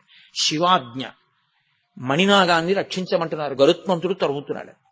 ఆయన వెంటనే గరుత్మంతుడిని పిలిచి వెనక్కిరా అన్నారు. అంటే మంచి కోపంతో తరుగుతున్నాడు కదండి, ఇది నా ఆహారం, ఆహారాన్ని దూరం చేయకూడదు అంటూ తరిమేడు. ఆహా, నేను పిలిచినారానే, నీ శక్తి క్షీణించుగాక అన్నారు విష్ణువు. పడిపోయింది కింద గరుత్మంతుడు. మణినాగం నిర్భయంగా శివ శివ శివ శివ అంటూ వెళ్ళి దాని ఆహారం అది తీసుకుని ఆయన పక్క నుంచే వెళ్ళిపోయి పుట్టలోకి వెళ్ళిపోయింది. అప్పుడు ఆయన ఆలోచించాడు, అరేరే నేను ఇలా అయిపోవడానికి కారణం ఈ మణినాగాన్ని తరిమాను. శ్రీ మహావిష్ణువు కబురు చేశారు, నేను వినలేదని అప్పుడు క్షమార్పణ చెప్పి ప్రార్థన చేశాడు. విష్ణువు శక్తినిచ్చారు. ఈయన వెళ్లి శ్రీ మహావిష్ణువు పాదాల మీద పడి, ఈశ్వరా నాకంత శిక్ష వేస్తారా అన్నాడు. అంత శిక్ష వేయడానికి కారణం నేను వేసింది కాదు, శివాజ్ఞ. అది శివశివ శివశివ అంటూ తిరుగుతుంది, నువ్వు తరమబోయావు. ఆయన వెంటనే కబురు చేశారు. కాబట్టి నందీశ్వరుడు వచ్చాడు, నీ శక్తి అందుకు తీసేశారు. శివాజ్ఞ పరిపాలించవలసిందే అందరం. కాబట్టి శివశివ శివశివ శివశివ అనుకున్న మణినాగం బతికిపోయింది ఆయన అనుగ్రహంతో. ఏది సంతతము ఆయన్ని ధరించిందో అది ఆయనకి భూషణం కాదండి. భూషణం అంటే ఏంటి? ధరింపబడినది భూషణం కదా. ఇప్పుడు నేనేదో ఈ ద్రాక్షహారం వేసుకున్నాను, అప్పుడు నాకు అది భూషణం, నేను ధరించాను కాబట్టి. అది నన్ను ధరించింది. ఎలా? దానికి చైతన్యం ఉంటే ఎప్పుడూ నన్నే లోపల వహించి భరిస్తోంది అనుకోండి, అప్పుడు అది నాకు భూషణం, నేను దానికి భూషణం. అందుకే ఆ మణినాగమును గరుత్మంతుడు చెనకలేకపోయాడు. ఆయనే సామాన్యుడు కాడు, పరమేశ్వరుడు. అంటే లోకంలో ఎవ్వరూ చెయ్యనంత ఉపకారం చేసినవాడు. గరుత్మంతుని చేత నిత్య భయం ఉన్నటువంటి పాములకి అభయం ఇచ్చి తన ఒంటి మీద వేసుకుని కాపాడినవాడు. అందుకనే ఆయన భుజంగభూషణుడయ్యాడు. ఇది బాహ్యంలో ఉండే. ఇలా నేను చెప్తూ వెళితే నేను ఇప్పుడు మీకు చెప్పినవి స్కంద పురాణాంతర్గతమైనటువంటి విశేషాలను తీసుకొచ్చి మీకు ఆ మహేశ్వర ఖండంలోంచి వాటిల్లోంచి కొన్నిటిని చూపించాను. ఇలా నేను ఎన్ని తీసుకొచ్చి చూపించినా అనంతము, వాటికి ఏం అంతు ఉండదు. ఎన్నైనా చెప్తాం. ఆదిశేషుడు ఆయన కాలికి గజ్జగా ఎందుకు అవుతాడు అని ఒక విషయం ఉంది. ఇప్పుడు అది నేను చెప్పడం మొదలెడితే భుజంగ భూషణతో సరి నాకేమో ఇదేంటి హాఫ్ అన్ అవర్ లెఫ్ట్ అని బెల్ కొట్టడానికి టైం దగ్గరికి వచ్చేసింది. ఇంకా 2 రోజులు ఉంది, పూర్తి అయిపోవాలి సిలబస్ కదా. అందుకని ఆయన భుజంగ భూషణం, ఆయన భుజంగమును ధరిస్తాడు. కాదు కాదు, భుజంగం అన్న మాటకి ఒక అర్థం ఉంది. భుజంగం అంటే ఏమిటో తెలుసా అండి? పాము, పైకి అర్థం. పాముకి ఒక లక్షణం ఉంటుంది. మీరు చూడండి, ఏదైనా కదిలిందనుకోండి అంతా కదులుతుంది. ఇప్పుడు నేను లేచాను అనుకోండి, నా శరీరం అంతా కదులుతుంది. పాముకున్న లక్షణం ఏమిటో తెలుసా అండి? కనీస కదలిక లేకుండా కొంత శరీరం ఉండిపోయి కదలికతో కొంత శరీరం ఉంటుంది. ఒక పెద్ద పాము ఉందనుకోండి, 10 మీటర్ల పాము, అది చుట్టుకు పడుకుంది. ఓసారి నాకు అలా దర్శనం ఇచ్చాడు ఈశ్వరుడు. నా అదృష్టం బతికిపోయాను అనుకోండి ఆ రోజుల్లో. మీరు పరిహసించవలసిన విషయం అనుకుంటున్నారా? ఏ సామాన్యంగా బతికి బట్టకట్టాను అనుకుంటున్నారా? నేను కటిక చీకట్లో హెడ్ లైట్ వేసుకోవడం మర్చిపోయి వెళ్ళిపోయాను స్కూటర్ మీద. తీరా దగ్గరికి వెళ్ళేటప్పటికి అలా చూస్తే ఏదో పెద్దది పడుకున్నట్టు అనిపించింది. ఆ రోజుల్లో నేను సామర్లవాడలో పనిచేసేవాడిని. ఆ పక్క పొదల్లోంచి అక్కడ నల్లత్రాచు ఉంటుంది అని చెప్పేవారు మా వాళ్ళు. అయ్యి బాబాయ్ పాము కాదు కదా అని లైట్ వేశాను. ఇక పామేది? దాని మీది నుంచి ఎక్కేయలేక వెళ్ళలేక ఏం చేస్తున్నానో తెలియని స్థితిలో కుడికాలతో బ్రేక్ తొక్కాను స్కూటర్కి. 2 కాళ్ళు స్కూటర్ మీద నిలబడి కూర్చోడానికి కారు కాదుగా, ఎడంకాల కిందకు వచ్చింది. అది వెంటనే చుట్టుకున్న చుట్టలో ఇలా అడ్డంగా రోడ్డుకున్నటువంటి శరీరం వెనక్కి తీసింది. పడగ ఇలా ఇలా ఇలా ఇలా వెనక్కి వచ్చి ఇలా విప్పింది. చక్కగా పాదం అక్కడే ఉంది, ఎడం పాదం. హెడ్ లైట్ కాంతిలో మెరిసిపోతోంది. ఇలా పైకెత్తి చూసింది, ఇలా కిందకి చూసింది. ఏమో ఈశ్వరుడు ఏమన్నాడో తెలియదు మరి, కొట్టకు అని ఉంటాడు శివాజ్ఞ. అది తలదించి వెళ్ళిపోయింది. అట్లేదు అది వెళ్ళిపోయింది, నేను వెళ్ళిపోయాను. కానీ నేనేం చెవుళ్ళవి చల్లించుకోలేదు. ఎందుకనంటే అది కొట్టేయాలి అంటే అప్పుడు నాకు ఎవ్వరూ లేరిక నన్ను రక్షించగలిగిన వాళ్ళు. చక్కగా కొట్టేయచ్చు. కానీ అది ఎందుకో ఇలా తలెత్తి చూసింది, కిందకి చూసింది, వెళ్ళిపోయింది. బహుశా వీడు నన్ను చంపుదాం అనుకున్నవాడు కాడు, ఏదో పొరపాటున వచ్చాడు. వీడిని నేను ఎందుకు చంపాలనుకుందో ఏమో, ప్రాణభిక్ష పెట్టి వెళ్ళిపోయింది. ఈశ్వరుడు వీడేదో శివాలయ పునర్నిర్మాణంలో 30 రోజులు ఉపన్యాసాలు అవి చెప్పవలసిన అవసరాలు కొన్ని ఉన్నాయనుకున్నాడో ఏమో, ఉంచేశాడు. కాబట్టి ఆనాడు అది కరవలేదు. కాబట్టి అది ఏం చేస్తుందంటే ఓ చుట్టుకుని పడుకుందనుకోండి, ముందు దాని తలొకటే కదులుతుంది. తలొక్కటి కదిలి వెడుతుంటే మిగిలిన చుట్ట అలాగే ఉంటుంది. చుట్టంతా ఏం కదిలిపోద్ది దానికి. ఏదో పులి పరిగెడితే లేచిపోయినట్టు, ఏనుగు పరిగెడితే ఒళ్ళు లేచిపోయినట్టు లేచిపోద్ది దానికి. మిగిలిన చుట్ట అలాగే ఉంటుంది. కొంత భాగాన్ని బయటికి వస్తుంది. ఆ తర్వాత అది వెళ్ళిపోదాము అనుకుంటే మాత్రం అలా కదిలి కదిలి కదిలి కదిలి కదిలి కదిలి వెళ్ళిపోయిన తర్వాత చిట్ట చివర తోక భాగం కదిలి వెళ్ళిపోతుంది. ఆ చుట్ట అలా విప్పుకుంటుంది, విప్పుకుని విప్పుకుని విప్పుకుని విప్పుకుని కదులుతుంది. అప్పుడు మొత్తం పాము కదులుతుంది. లేకపోతే ఒక్కొక్కసారి అక్కడ వరకే వెళ్ళి మళ్ళీ వెనక్కి వచ్చి ఇచ్చేది, చుట్టంతా కదలదు. అది కాలము యొక్క స్వరూపం. కాలము భూత భవిష్యత్ వర్తమాన అని 3 కింద కదిలిపోతూ ఉంటుంది. చుట్టొక్కటి చుట్టూ పడుకుంటుంది పావులాగి. అది భూతకాలముగా తినేస్తుంది కొన్నింటిని. గడిచిపోయిన కాలంలో మా నాన్నగారు, మా అమ్మగారు, మా తాతగారు, మా అక్కయ్య గారు అందరూ పడిపోయారు. భవిష్యత్, ఆ భవిష్యత్తులో కూడా తింటుంది, వర్తమానమునందు తింటూ ఉంటుంది. కాలరూపంగా కదులుతుంది. ఆ కదలికకి చుట్టలు చుట్టుకున్నటువంటి ఆ పాము యొక్క శరీరం, ఆ కదలికని కాలం అంటారు. కాలమునకున్న లక్షణం ఏమిటంటే పాపపుణ్య ఫలితములనిచ్చుట, శరీరములనన్నిటినీ పడగొట్టి వేయుట. అన్నీ కాలంలో పడిపోతాయి. అటువంటి కాలమునకు అందరూ పడిపోతే కాలమునకు కాలునికి కామమునకు లొంగక కాలుణ్ణి కాముణ్ణి కూడా నియంత్రించిన వాడెవడో వాడు భర్గ. అందుకని ఆయనకి అది ఆభరణం. అది ఆయన చెవి పక్కన ఇలా పడగ విప్పు ఉంటుంది, కానీ ఆయన ఇలా నిర్భయుడై ఉంటాడు. ఎందుకని అంటే ఆయన ఆ కాలుణ్ణి ఇటు కాముణ్ణి వశం చేసుకున్నవాడు. ఇది చెప్పడానికి ఆయన భుజంగ భూషణ కాదు. భుజంగం అన్న మాట ఎందుకు వాడారో తెలుసా అండి? భుజంగం అంటే భుజం, అది వక్రయత, ఒకలా కాకుండా ఎప్పుడూ కూడా చలతీతి ఇది భుజంగ. వంకర టింకర్లగా నడిచేటటువంటి అలవాటు దేనికుందో దానికి భుజంగం అని పేరు. పాముకి నిలువుగా వెళ్ళడం ఎప్పుడూ రాదు. పాము ఎప్పుడు ఇలా వంకర టింకరగానే వెడుతుంది. వంకర టింకరగా వెళ్లే అలవాటు తనంత తాను ఉండిపోయింది ఏదో తెలుసా అండి? ఇంద్రియములతో కూడిన మనసు. ఇంద్రియాలు మనసు తనంత తాను ఇప్పుడు కూడా లేస్తూనే సుప్రభాతం చేసుకుందాం, చక్కగా పూజ చేసుకుందాం, ఈ లోకాన్నంతటినీ మన కుటుంబంలా చూసుకుందాం, ఎవరి డబ్బు గురించి మనం ఆశపడద్దు, ఈశ్వరుడికి నైవేద్యం పెట్టి తిందాం, సూర్యోదయానికి లేచిపోదాం అలా అంటుంది ఏమిటి? అలా ఏమందో. మనసు ఇంద్రియములు ఎప్పుడు వంకర టింకరగా తిరుగుతాయి. కుటిలం చరతీతి ఇది భుజంగ. భుజం కుటిలం చరతీతి. కుటిలం అంటే వంకర టింకరగా తిరుగుతుంది.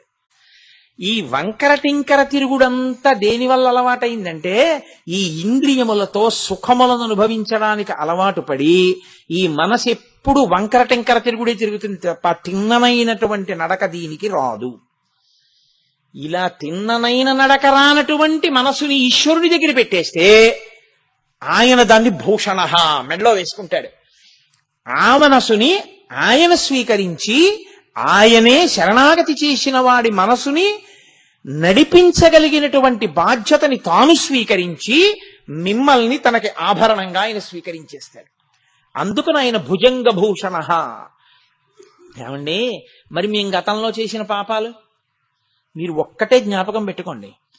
మీకు ఒక్కసారి భగవద్భక్తి కలిగి ఆర్తి కలిగిన తరువాత ఎలుగెత్తి త్రికరణ శుద్ధిగా మీరు పిలవడం మొదలుపెట్టిన తరువాత కూడా మిమ్మల్ని క్షమించి ఉదారుడై మిమ్మల్ని ఉద్ధరించి మీకు పలకకపోతే మీరు ప్రార్థన, పశ్చాత్తాపము, ప్రాయశ్చిత్తము ఈ మాటలకి వాంగ్మయంలో చోటు ఉండదు. ఇక ప్రార్థన అసలు నేను ఎందుకు చెయ్యాలి? నేనేదో పాపం చేశాను, ఏమీ కుదరదు, ఇప్పుడు నేను మారానంటే కుదరదు, అవి అనుభవించు అని ఈశ్వరుడు అన్నాడు అనుకోండి. అప్పుడు నేను ఇంకిప్పుడు మారడానికి అసలు ఎందుకు సాధన చేయడం, ఎందుకు ఇప్పుడు ప్రయత్నం చేయడం? నేను ఎలాగో నేను చేసినవన్నీ అనుభవించాలి, ఇప్పుడు చేసినవి ఎప్పుడో అనుభవంలోకి వస్తాయి. కాబట్టి ఆయన ఏం ఉపకారం చేస్తాడు? ఆయన ఏమీ చేయడు. మీరు ఏ కర్మలు చేశారో ఆ కర్మలు ఈశ్వరుడి కన్నా గొప్పవి కూర్చున్నాయి. అవునా కదా? మీరు కొంచెం జాగ్రత్తగా ఆలోచించండి. నేను గోదానం చేశాను, ఆయన ఫలితం ఇస్తాడు. నేనేదో ఎవరినో బాధ పెట్టాను, దానికి ఫలితం ఇస్తాడు. నేను బాధ పెట్టినటువంటి పాపాన్ని తీయలేడు, నేను గోదానం చేసిన పుణ్యాన్ని ఆయన తీసేయలేడు. ఇప్పుడు కర్మ గొప్పదా, ఈశ్వరుడు గొప్పవాడా? కర్మ గొప్పది. అప్పుడు ఈశ్వరుడి స్థితి ఏమిటి? అది కాదు సనాతన ధర్మంలో. మీకొకసారి పశ్చాత్తాపం కలిగి త్రికరణ శుద్ధిగా మీరు ఈశ్వరుణ్ణి ప్రార్థిస్తే అది ఘృతరీతి ఘనీభూతం దయాళువై పాపమునకు ఇవ్వవలసిన భయంకరమైన ఫలితాన్ని బాగా తగ్గించేసి ఇచ్చేస్తాడు. అంత తగ్గించి ఇవ్వగలిగినటువంటి కృపకి, ఆ స్థితికి మహానుభావుణ్ణి ఇప్పటికైనా మారి మనం ఆయన పాదాలు పట్టుకుందాం అనుకుంటాం. పుణ్యాన్ని ఎందుకు తీసేయడం?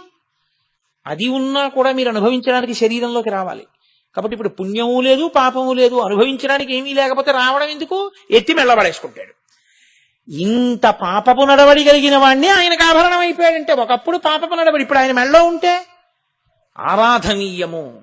అది ఆ వాసుకి మీకు అనుగ్రహ ప్రదాత అయిపోతాడంతే. జీవుడు ఆ స్థితిని పొందేస్తాడు. ఇది చెప్పడానికి ఆయన భుజంగభూషణ. భక్తి అన్న మాటకు అర్థం ఏంటి? వేదం చెప్పింది చేస్తే కదా భక్తి. అప్పుడు భక్తి లేని స్థితే, భక్తి ఉన్న స్థితే. అది మెట్ట వేదాంతం అంటారు, అర్థం లేని వాదం, అది పిడివాదం. కాబట్టి ఆ స్థితిలో ఎవడు నిలబడతాడో వాడికి ఆ కర్మలు మళ్ళీ ఇంకా ఫలితాన్ని ఇవ్వడము అనేటటువంటిది ఉండదు. ఆయన ఖాతాలో ఆఖరికి వెళ్ళేటప్పటికి ఈశ్వరుడు ఏం చేస్తాడంటే కుడి చేతి వైపు పేజీ మీద ఇలా కొట్టేస్తాడు. ఏం లేదు, పాపం తీసేశాను, పుణ్యం తీసేశాను. పుణ్యం లేదు, పాపం లేదు, అనుభవించడానికి ఏం లేదు. కాబట్టి ఏం చేస్తాడు? నవ్వుతూ వెళ్ళిపోయే స్థితి ఇచ్చేస్తాడు. నవ్వుతూ వెళ్ళిపోయాడు కదా, రావక్కర్లేదు, తన మెళ్ళో పడేసుకుంటాడు. అది పాము అని మీరు అనుకుంటున్నారు, కానీ ఇప్పుడు అది భుజంగభూషణ, తన మెళ్ళో వేసుకుంటాడు. ఇది ఆయన ఇవ్వగలడు కాబట్టి ఇమ్మని ప్రార్థించారు. నేనేమీ చెయ్యలేదని చెప్తున్నాను, నన్ను అనుగ్రహించన్నారు కొంతమంది. శ్రీశైలేషు భజింతునో యభవ కాంచీనాథు సేవింతునో కాశీవల్లభు కల్వబోధున మహాకాళేషు పూజింతునో నా శీలం అణువైన మేరువణుచున్ రక్షింపవే నీ కృపా శ్రీ శృంగార విలాసహాసముల చేసి కాళహస్తీశ్వర అంటాడు ధూర్జటి. కాబట్టి భుజంగభూషణ అంటే కుటిలముగా వంకర టింకర్లగా తిరిగేటటువంటి అలవాటు ఉండిపోయినటువంటి స్థితి నుంచి ఉద్ధరించగలిగిన వాడు. అంటే మనసు కోర్కెతో వెంపర్లాడకుండా చేయగలిగినటువంటి స్థితి ఉన్నవాడు. అయితే మీరు నాతో ఒక మాట అనొచ్చు, అయితే ఏమండి భాగవత సప్తాహం చేద్దామని ఉంది, ఆ కోరిక కూడా మాకు పుట్టకూడదా? మరి అది కూడా కోరికేగా. మరి ఆ కోరిక తీర్చుకుంటే మళ్ళీ ఇంకోసారి సప్తాహం చేద్దాం అనిపిస్తే తప్పేమో. మీరు ఎప్పుడూ ఒకటి గుర్తుపెట్టుకోండి, వెంకటేశ్వర స్వామి వారి ముందు నిలబడి ఇద్దరు నమస్కారం చేశారు. ఒక ఆయన అన్నాడు, ఈశ్వర నా కొడుక్కి మంచి ఉద్యోగం వచ్చేటట్టు చూడు. ఇప్పుడు ఆయన కామిత భక్తుడు, ఆయనకి కామ్యముతో నమస్కరించినాడు. ఇంకొక ఆయన అన్నాడు, ఈశ్వర మా ఊళ్ళో వెంకటేశ్వర వైభవం చేద్దాం అనుకుంటున్నాం, నిర్విఘ్నంగా వెంకటేశ్వర వైభవం యొక్క ప్రయోజనం అందరికీ అందేటట్లుగా చూడు అన్నాడు. ఇద్దరూ కోరికలు కోరిన వాళ్లేనా? కాదు. శాస్త్రంలో ఎవడు కేవలము ఈశ్వర భక్తిని మాత్రమే కోరాడో వాడు కోరనివాడు. ఈశ్వర భక్తి వినా ఈ లోకమునందు పనికొచ్చేవి మాత్రమే కోరినవాడి. కాబట్టి భాగవత సప్తాహం చేయడం కోరికేనా అంటే కోరిక లేని స్థితి అవుతుంది అది. ఎందుకంటే అది ఉద్ధరణ మార్గం. మీరు ఒక్కటే గుర్తుపెట్టుకోవాలి, తాడే ఇలా తిప్పేశారు, కట్టేశారు, ఇలా తిప్పేశారు, విప్పేశారు, అప్పుడు తాటిని తిప్పారు, ఇప్పుడు తాటిని తిప్పారు. కానీ ఒకసారి తిప్పితే కట్టుకుంది, ఒకసారి తిప్పితే విప్పుకుంది. ఈశ్వరుడి ముందుకెళ్ళి నిష్కామంగా ఈశ్వర కార్యం చేయడం తాడు విప్పుకోవడం, ఈశ్వరుడు ముందుకెళ్ళి కామంతో కార్యం చేయడం, కామం అంటే కోరికతో మీరు ఒక పని చేయడం, కట్టుకోవడం, అది కట్టుకోవడమే. నాకో పుణ్యం వస్తుందండి అని చేశాను అనుకోండి, ఆ పుణ్య ఫలితాన్ని అనుభవించడానికి రావాలి. అది వద్దు, ఇది వద్దు, చేసేసి ఉమామహేశ్వర బ్రహ్మార్పణమస్తు, వాడు చేయించాడు, వాడికి వెళ్ళిపోయింది. నీకేముంది? ఏమీ లేదు, నాకేం అక్కర్లేదు కూడా. కాబట్టి ఇప్పుడు ఇటు లేదు అటు లేదు, 2 పేజీలు లేవు, పుస్తకం ఏంటి ఇంకా. కాబట్టి వాడు నవ్వుతూ వెళ్ళిపోతాడు. కాబట్టి చేసిన కర్మని ఈశ్వరునికి ధారపోసి బ్రతుకుట త్రికరణ శుద్ధిగా. నీకు ఫలితం ఈశ్వరుడే. ఇలా చేసిన వాడు ఎవడుంటాడో వాడిని ఈశ్వరుడే పొదివి పట్టుకుని ఉంటాడు. ఇంకంతకన్నా ఏం కావాలి నీకు? ఈశ్వరుడే కాపాడుతుంటాడు. అది అచంచల భక్తి. అటువంటి స్థితిని పొందుట కొరకు ఆ మార్గమును దిద్దగలిగిన వాడెవరో వాడికి భుజంగభూషణుడని పేరు. ఎన్ని అర్థాలు వస్తున్నాయి చూడండి. నామం ఒకటే, కానీ ఆ ఒక్క నామంతో ఎన్నిటినో ప్రతిపాదన చేస్తారు. లోకంలో అవతల వాణ్ణి పడగొట్టడానికి ఎన్నో సాధనములు ఉంటాయి. దృష్టి దగ్గర నుంచి, దృష్టి కూడా పడగొట్టడానికి సాధనం తెలుసా అండి. చూడకూడని రీతిలో అసూయతో అదే పనిగా చూస్తే అవతలి వారిలో ఉండే తేజస్సు క్షీణిస్తుంది. నేను అలా క్షీణించకుండా కొన్ని జాగ్రత్తలు తీసుకుంటూ ఉంటారు. అప్పుడు ఆ దృష్టి నుంచి ఇది విరిగిపోతుంటుంది. అలా విరగగొట్టగలిగినది ఎలా ఉంటుందో అలా అది శివం. ఈశ్వరుని యందు ఈశ్వరుని పడగొట్టడానికి మీకు ఏ సాధనములు ఉండవు లోకంలో. మీకు బాహ్యంలో ఎవరినైనా పడగొట్టడానికి ఏవైనా ఉంటాయేమో, కానీ లోకంలో ఈశ్వరుణ్ణి పడగొట్టడానికి మాత్రం ఏదీ లేదు. అందుకే సనాతన ధర్మంలో ఈశ్వరుడే చచ్చిపోవడం అనేది ఎప్పుడు ఉండదు. భగవంతుడే భక్తుల చేతిలో చనిపోవుట ఆ మాట అసలు ఉండదు ఆయన దగ్గర. రాక్షసుల చేతిలోనో భక్తుల చేతిలోనో ఆయనే చచ్చిపోతే ఇంకేమిటి ధర్మం ఎక్కడి నుంచి వస్తుంది? కాబట్టి ఈశ్వరుడే అచ్యుతుడై ఉంటాడు, ఆయన్ని పడగొట్టలేరు. ఏ సాధనము చేత పడరు. బాహ్యంలో అయితే ఆయన సృష్టించాడు, ఆయన మంత్రం ఆయన మీద వేస్తే అప్పుడు ఆయన మంత్రం పనిచేయకపోతే ఆయనే పనిచేయనట్టు అయింది. అప్పుడు ఆయన మంత్రానికి ఆయన పడిపోడా? ఈ ఆలోచన ఒకటి వచ్చింది ఒకప్పుడు, తెలుసా అండి. అందుకే తత్వ విచారణ చెయ్యాలి మీరు ఎప్పుడు. దారుకావనంలో పరమేశ్వరుడు వెళ్ళిపోతున్నాడు, ఆయనకి నిస్సంగుడు. ఆయన అందం వాళ్ళ భార్యల్ని పాడు చేస్తుందేమో అని ఋషులు అనుకున్నారు. ఎప్పుడూ వైక్లభ్యము లేని జ్ఞానం ఉండడం అంటే చాలా కష్టం. ఋషులకు కూడా భ్రంశం అవుతుంటుంది అప్పుడప్పుడు. ఏమీ తెలియని వాళ్ళల్లా ఉండేవాళ్ళు ఎవరంటే, అమాయకుల్లా ఉండేవాళ్ళు ఎవరో వాళ్ళకే నిశ్చల భక్తి ఉంటుంది. అన్నీ తెలిసిన వాడికి అమావాస్య మరణం, ఏమీ తెలియని వాడికి ఏకాదశి మరణం అంటారు. అందుకే భాగవతంలో కూడా ఇలాంటి ఘట్టం ఒకటి ఉంది. ఋషిపత్నులు కృష్ణుడికి అన్నం తెచ్చి పెట్టుట అని. కంసుడికి భయపడి ఋషులు తేలేదు, ఋషిపత్నులు తీసుకొచ్చి పెట్టారు. పెడితే మోక్షం పొందారు వాళ్ళు. అలాగే దారుకావనంలో పరమశివుడు వెడుతుంటే ఋషిపత్నులు ఆయన వెంట వెళ్ళారు.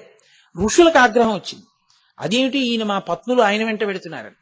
ఆగ్రహం వచ్చి వెంటనే పరమేశ్వరుణ్ణి నిర్జించాలని బాహ్య సాధనములు కొన్ని వేశారు ఆయన మీదకి. ఒక ఇనప శూలాన్ని వేశారు, ఆయన దాన్ని వంచిలా పట్టుకున్నాడు. అలా ఒక పులిని విడిచిపెట్టారు, దాని తోలు ఒలిచి కట్టుకున్నాడు. ఆఖరణ వాళ్ళు ఏం చేశారంటే, ఆయన మంత్రములతో సృజించినవి ఆయన రూపములే కాబట్టి ఆయన్ని పడగొట్టకపోతే ఆయనే పని చేయనట్టు అవుతుంది. కాబట్టి అదే వేసేస్తామని ఒక ఆభిచారిక హోమం చేసి అందులోంచి ఒక పావుని సృష్టించి ఆయన మీదకి విడిచిపెట్టారు. ఆయన పావు దగ్గరికి వస్తుంటే దాన్ని తీసి ఇలా పట్టుకుని అలా మెళ్ళో పడేసుకున్నాడు. పడేసుకుంటే అలా కూర్చున్నది. ఎన్ని పావులు అనుకుంటున్నారు? ఒక్క పావు కథ అనుకుంటున్నారా?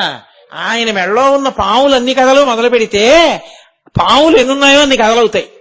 కాబట్టి భుజంగ భూషణ అంటే అదే అయిపోయే నామం కాదు అది. ఆ భుజంగ భూషణ తత్వము ఎంత వెళ్ళిపోతుందో, ఎంత దూరం వెళ్ళిపోతుందో. కాబట్టి నన్ను నిర్జించగలిగినవి, నన్ను పడగొట్టగలిగినవి ఎక్కడా ఏవి ఈ లోకంలో లేవు. మీరు మీ ఉద్ధరణకి వాడుకోవాలి తప్ప నన్ను పడగొట్టడానికి పనికొచ్చేవన్నవి ఎక్కడా ఏ సాధనమునందు లేదు.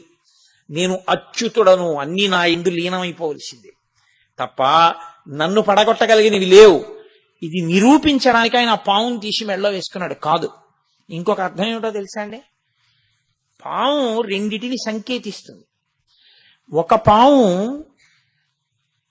మనం శాస్త్రంలో ఎలా చెప్తామంటే నీచమైన పాము అని చెప్తాం. ఇంకొక పాము ఎప్పుడూ అనుగ్రహ స్వరూపమైన పాము అని చెప్తాం. అందుకే మీరు చూడండి, నాగస్పర్శ లేని దేవత ఉండరు. అసలు మీకు యథార్థంగా మాట్లాడితే మనం అంటే యజ్ఞోపవీతం నూలుతో చేసింది వేసుకుంటాం. పరమేశ్వర స్వరూపాలు ఏవి కూడా యజ్ఞోపవీతాలు నూలుతో చేసినవి కాని బంగారంవి కాని వేసుకోం. అవి నాగ యజ్ఞోపవీత ధారిణం. ఆయన నాగమును యజ్ఞోపవీతంగా వేసుకుంటాడు, పావుని వేసుకుంటాడు యజ్ఞోపవీతంగా. శ్రీ మహావిష్ణువు నాగశయనుడు, ఆయన శేషుడి మీద పడుకుంటారు. పరమశివుడు నాగాభరణుడు. వినాయకుడు ఏదో వడ్డాణం పెట్టుకున్నట్టు పావును దాన్ని ఇలా తీసుకొచ్చి ఇలా ముడేసుకుంటాడు. ముడేసుకుంటే అది ఇలా పడగ విప్పి ఆ భజనంతటిని చుట్టూ ఇలా ఉంటుంది, అదో వడ్డాణంలా ఉంటుంది ఆయనకి. మీరు ఎవరిని చూడండి, ప్రతి వాళ్ళకి నాగము ఆభరణమై ఉంటుంది, నాగాభరణము ఉండి తీరుతుంది. అసలు ఇంకా మాట్లాడితే నాగాభరణాలు పెట్టుకున్నారని శ్రీ మహావిష్ణువు ఈ పక్కన పెట్టుకున్న వాటికి ఇలా పడగలు పట్టుంటాయి, నాగాభరణం పెట్టుకున్నాడంటారు. అందుకే చంద్రశేఖర భారతీ స్వామి వారి దగ్గరికి కొంతమంది వెళితే ఆయన అందరినీ పేర్లు అడిగితే చెప్పారు. ఒక ఆయన వీళ్ళందరూ వెళ్ళిపోయాక చెప్తానన్నారు. ఏమలాగా అంటే కాదులేని చెప్పుకోవడానికి కొంచెం మొహమాటం అన్నాడు ఆయన. అందరూ వెళ్ళిపోయాక ఏమిటి నీ పేరు అన్నారు ఆయన. భుజంగం అండి అన్నాడు. భుజంగం అంటే చెప్పడానికి భయం ఎందుకు అన్నారు ఆయన. భుజంగం అంటే పాము కదండి, సిగ్గేసి చెప్పలేదన్నాడు. అంటే ఆయన అన్నారు, చంద్రశేఖర భారతీ స్వామి వారు మీ నాన్నగారు అమ్మగారు చాలా దూరదృష్టి ఉన్నవారు. లోకంలో అన్నిటికన్నా తక్కువ విలువ ఉన్న దాన్ని అలా పడేస్తారు, బాగా విలువైన దాన్ని బీరువాలో పెట్టి దాచుకుంటారు దొంగలకి దొరకకూడదని. ఇంటికెళ్ళి ఉత్తరీయం తీసి అలా పడేస్తాను, లాల్చీ తీసి ఉతకడానికి పడేస్తాను. మెళ్ళో రుద్రాక్షమాల మాత్రం జాగ్రత్తగా పెట్టుకుంటాను. అలాగే భుజంగం పాము విష్ణువుకి శయనం, ఆయనకి ఆభరణం. కాబట్టి నిన్నెవరో ఒకరు చూడటం కాదు, శివకేశవులు ఇద్దరు కూడా జాగ్రత్తగా చూస్తారు. అందుకని మీ వాళ్ళు నీకు భుజంగమని పేరెడితే చెప్పడానికి మొహమాట పడతానటో, నీకన్నా గొప్ప పేరు ఎవరికి ఉందన్నారు ఆయన. నువ్వు చూసే దృష్టికోణంలో ఉంటుంది భక్తి అన్నది. కాబట్టి ఒక పాము ఎప్పుడూ పాడు చేస్తూ ఉంటుంది. ఏదా పాము అంటే దేవతలలోనే ఉండేటటువంటి దేవతా స్వరూపం రోహిణీ శక్తి అంటారు. ఆవిడేం చేస్తుందంటే మనం తిన్నటువంటి ఆహారంలో అత్యంత సూక్ష్మతమైనటువంటి దాన్ని చాలా తక్కువ అంత శక్తివంతంగా మార్చి శరీరంలో తేజస్సుగా తయారు చేస్తుంది ఆవిడ. అధోముఖంగా పాడు చేసే పాము అన్న దానికి అర్థం ఏమిటో తెలుసా అండి? ఆ పాము అది తల ముందు లోపలికి పెట్టి పుట్టలోకి వెళ్ళిపోయే పాము అనమాట. అది ఏం చేస్తుందంటే ఆ తేజస్సుని లౌకికమైనటువంటి స్త్రీ పురుష సంబంధమైన కామము కల్పించి విశేష కామము వలన అర్థం పర్థం లేకుండా శరీరంలో ఉన్న తేజస్సు నిరంతరం క్షయమైపోయేటట్టుగా చేస్తుంది. దాని వలన తేజోహీనుడై ప్రాణశక్తి గ్రసించబడి ఓజోశక్తి పెరగక, జ్ఞాపక శక్తి ఉండక, విషయాలని ధారణ చెయ్యలేక, ఆసన శుద్ధితో కూర్చోలేక, ఈశ్వరుడు యందు జ్ఞాననేత్రము తెరవలేక ధ్యాన శక్తి నశించిపోతూ ఉంటుంది. దానివలన ఈశ్వరుణ్ణి చేరలేడు. ఇంకొకటి ఊర్ధ్వముఖ చలనం చేస్తుంది, అది పైకెక్కుతుంది. దాని మంత్ర రహస్యాన్ని బహిరంగ వేదికల మీద చెప్పేది కాదు, అది ఆ కుండ యోగం గురించి. అది ఆ పాము ఓజోశక్తిగా మారుస్తుంది, తేజోశక్తిని ఓజోశక్తిగా మారుస్తుంది. అది ఆ ఓజస్సుగా మార్చగలిగింది ఈశ్వరుడికి దగ్గర చేసేస్తుంటుంది. కాబట్టి ఇప్పుడు పైకెత్తగలిగిన పాము ఒకటి, పడగొట్టగలిగిన పాము ఒకటి. ఈశ్వరుడు కింద పడిన దాన్ని ఎత్తి పైనేసుకున్నాడు. అంటే పాడైపోతున్న నువ్వు నీ ఇంద్రియములను నువ్వు అదుపు చేసుకోలేకపోతే ఈశ్వరుడు యొక్క పాదములు పట్టుకని ప్రార్థన చేస్తే శ్రీశర్వాణి నిజాంకమందునగుచున్ జన్మొందలంబోదరుండీశా దక్షిణ శక్తి దేహమున తానింపారియుండంగ రాత్రీషుండుత్తమ దేహములందు వెలుగుల్ రంజిల్లగా నొప్పునో కాశీనాథయ సంగవేడతను నా కామ్యార్థముల్ వేట్కతో అని నువ్వు పరమేశ్వరుణ్ణి ప్రార్థన చేస్తే ఆయన ఎత్తి మెడలో వేసుకుంటాడు. మెడలో వేసుకుంటే అప్పుడు నువ్వు సంతోషంగా పైన పడగ విప్పి నిలబడగలుగుతావు. ఈ తేజోశక్తిని ఓజోశక్తిగా మార్చగలిగినటువంటి స్థితిని ఇయ్యగలవాడను నేను అని చెప్పడానికి ఆయన భుజంగభూషణుడై ఉంటాడు. ఇన్నిటిని చెప్పడం భుజంగభూషణ అన్న మాట వెనక ఉండేటటువంటి నామం వెనక ఉండేటటువంటి రహస్యం. ఈ భుజంగభూషణుడైన వాడు, సరే అక్కడ వరకు వినండి చాలు, మీరు ప్రాజ్ఞులు, మీకు ఎన్నో తెలుసు, నేనేదో చెప్తానంతే. కాబట్టి ఆ భుజంగభూషణుడు రుద్రుడు అన్న మాట చాలా జాగ్రత్తగా మీరు అర్థం చేసుకోవాలి. ఎందుకంటే యజుర్వేదంలో అసలు ఆ అధ్యాయానికి పేరే రుద్రాధ్యాయము. రుద్రాధ్యాయము అని పేరు. ఆ అభిషేక మంత్రాలకి నమ్మక చమకాలు రెండింటినీ కలిపి రుద్రాధ్యాయం అంటారు. రుద్ర అంటే చాలా మంది ఏమనుకుంటారంటే చాలా కోపం ఉన్నవాడు కాదు. రుత్ అన్న మాటకు అర్థం ఏమిటో తెలుసా అండి? ప్రతిబంధకము అని అర్థం. ఓ కమండలంలో నీళ్లు పోసుకుని మీరు ఇలా అభిషేకం చేస్తున్నారనుకోండి, ఓ చిగురుటాకు ఉండిపోయి అది కమండల ద్వారం దగ్గర అడ్డుగా పడిపోయింది అనుకోండి, ఇంకా నీళ్లు వెళ్ళవు, అభిషేక ప్రక్రియకి అంతరాయం వస్తుంది. అప్పుడు మీరు ఏం చేయాలంటే ఆ నీళ్లు ఇలా అన్నారనుకోండి, నీళ్లు వెనక్కెడతాయి, చిగురుటాకు మాత్రం ద్వారానికి అలాగే మూసుకుని ఉంటుంది అంటుకుని. మళ్ళీ వీళ్ళు ఇలా అన్నారనుకోండి, మళ్ళీ నీళ్లు పడవు. ఇప్పుడు మీరు దాన్ని ఇలా అన్నారనుకోండి, నీళ్లు బయటకు వస్తాయి, చిగురుటాకు రాదు. మీరేం చేయాలి? ఆ కమండలం అలా పెట్టి లోపలికి చూసి ఒక్కసారి ఏదో నిర్మాల్యానికి ఉన్న తొడిమి తీసి ఆ తొడిమితో ఇలా అన్నారనుకోండి, అది నీటిలోకి వచ్చి తేలుతుంది. ఇప్పుడు ఆ కాడతో ఇలా పట్టుకుని పైకెత్తి ఇలా పక్కన పడేసి ఇప్పుడు అభిషేకం చేశారనుకోండి, ఉండవలసినవి ఉంటాయి, పోవలసింది పోతుంది కాదు. దాన్ని రుత్ అంటారు శాస్త్రంలో. రుత్ అంటే ప్రతిబంధకము, ఈశ్వరుని చేరుటకు అడ్డుపడుట. ఈ చేరడానికి అడ్డుపడేది ఏదో తెలుసా అండి? అధర్మమే. మీ నడవడే అడ్డుపడిపోతుంది, ఈశ్వరుణ్ణి చేరనివ్వదు, ఈశ్వరుడికి దూరం చేసేస్తుంటుంది. నడిచాను చేస్తున్నానని ఆయన అనుకుంటాడు. ఆయన దేనికి దూరం అయిపోతాడంటే ఈశ్వరుడికి దూరంగా నడుస్తుంటాడు. ఇప్పుడు మీరు చూడండి, కారు రివర్స్ గేర్ వేసినా కూడా 80 కిలోమీటర్స్ స్పీడ్లో వెళ్తుంది తెలుసా అండి? నేను ఎందుకంటే ఒకప్పుడు ఒక ఊళ్ళో ఓ సందులోకి వెళ్ళబోయి కారులో ఓ సందులోకి వెళ్ళా. నేను వెళ్ళలేదు, ఆ డ్రైవర్ తీసుకెళ్లాడు. అయినా నాకు తెలీదు, ఆ సందులోకి వెళ్ళిపోయాం. నిర్మానుష్యం ఆ సందు, చక్కటి సిమెంట్ రోడ్డు. అలా అది పక్కన రెండు పక్కల పెద్ద దొడ్లు గడ్డిమావులతోటి, కాబట్టి ఇళ్ళులో ఎవరు జనం వచ్చే అవకాశం లేదు, గోడే ఉందంతే. బాగా లోపలికి వెళ్ళిపోయి ఇక్కడేనా అండి బలానా దేవాలయం అంటే వాళ్ళు అన్నారు కాదు, ఆ ముందు సందులోనండి, మళ్ళీ వెనక్కి వెళ్ళిపోయి అలా తిరగండి అన్నారు. అది మళ్ళీ కారు ఇలా తిప్పుకోవడానికి అవకాశం లేదు అక్కడ. అతను ఏం చేశాడంటే ఇంత దూరం కూడా వెనక్కి, నేను అప్పుడే రివర్స్ గేర్ లో ఇంత స్పీడ్ వెళ్ళొచ్చు అనమాట అనుకున్నాను. ఒక 50-60 కిలోమీటర్ల వేగంతో వచ్చేసాడు వెనక్కి. వచ్చేస్తే క్షణంలో వెనక్కి వచ్చి మళ్ళీ తిరిగాడు. అలా వెనక్కి తిరగగలిగినటువంటి శక్తికి, అంత వేగంగా వెనక్కి రాగలగడాన్ని కారు ఎందే నిక్షేపింపబడిన, ముందుకు వెడుతున్నాననుకుని రివర్స్ గేర్ వేస్తే వెనక్కి వెళ్ళడం ఎలా ఉంటుందో, నడిచినా వెనక్కి వెళ్ళిపోవడం ఎలా ఉంటుందో, అధర్మమును చేస్తూ నేనేదో చేస్తున్నాను అనుకోవడం అలాగే ఉంటుంది. ఈశ్వరుడికి దూరంగా నడిచి వెళ్ళిపోతుంటారు. దానికి రుత్ అంటారు. ప్రతిబంధకంగా అడ్డుపడిపోయింది అది. ఇప్పుడు ఈ రుత్తుని ఏం చేస్తాడంటే, తాం భక్తానాం ద్రావయతీతి ఇది రుద్రః, తాం భక్తేభ్యో ద్రావయతీతి ఇది రుద్రః. నీ అంత నువ్వు దిద్దుకోవడం చేత కాకపోయినా నువ్వు శివుడి కాళ్ళు బాగా పట్టుకుంటే ఈ ప్రతిబంధకాన్ని ఆయన తీసేస్తాడు. తీసేసి ఎటు నడవాలో నీకు నేర్పేస్తాడు. ఇది సాధారణంగా ఆయన గురుస్వరూపంగా చేస్తాడు. ఎందుకంటే బోధ జరగాలి కదా. మరి ఎలా చెయ్యాలి ఆయన? ఒకటి ప్రచోదనంతో చెయ్యాలి, రెండు గురువు ద్వారా చెయ్యాలి సమాజానికి. అందుకని ఆయనే గురువుగా తిరుగుతాడు, శివాయ గురవే నమః అని. అందుకని ఇప్పుడు రుత్ తాం భక్తేభ్యో ద్రావయతీతి ఇది రుద్రః. భక్తుల యొక్క అధర్మాన్ని పోగొట్టి ఆయన భక్తులు ఈశ్వరుణ్ణి చేరే మార్గాన్ని చూపించగలిగిన వాడై ఉంటాడు. నేను రుద్రః అంటే ఎప్పుడు చంపేసేవాడు, కోపంతో ఉండేవాడని మీరు అనుకోకూడదు. లేకపోతే రుద్రాభిషేకం ఎందుకంటే, ఏ తప్పు చేయకపోయినా, ఏ కోరిక లేకపోయినా అభిషేకం నిరంతరం ఎందుకు చేస్తారు? అధర్మం అడ్డుపడిపోయి నేను చెడిపోకుండా నన్ను రక్షిస్తూ ఉండమని అభిషేకం చేస్తూ ఉంటారు. కాబట్టి ఆయన అలా కాపాడగలిగిన వాడు కాదు.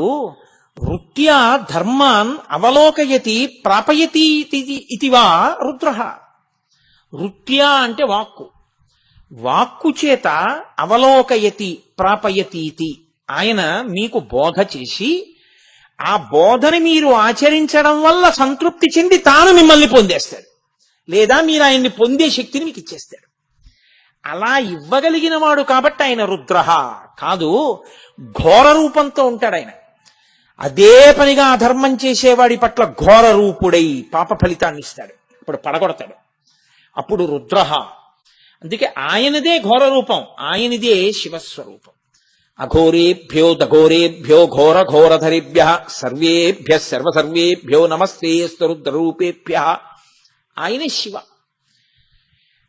ఆయనే ఘోర రూపం, ఆయనే శివస్వరూపం. ఎలా అవుతాడు అంటే, పాప ఫలితాన్ని ఆయన ఇస్తున్నప్పుడు నీలో ఒక మార్పు రావాలి. ఏదో చేసి ఉండకపోతే నాకు ఇంత దుఃఖం రాదు, ఎంత తప్పు చేస్తే ఈ దుఃఖం వచ్చిందో, కాబట్టి భరించలేను ఈ దుఃఖాన్ని అనుకుంటే నేను ఇక నుంచి తప్పులు చెయ్యవద్దు అన్న మార్పు వచ్చిందనుకోండి, అది శివానుగ్రహం.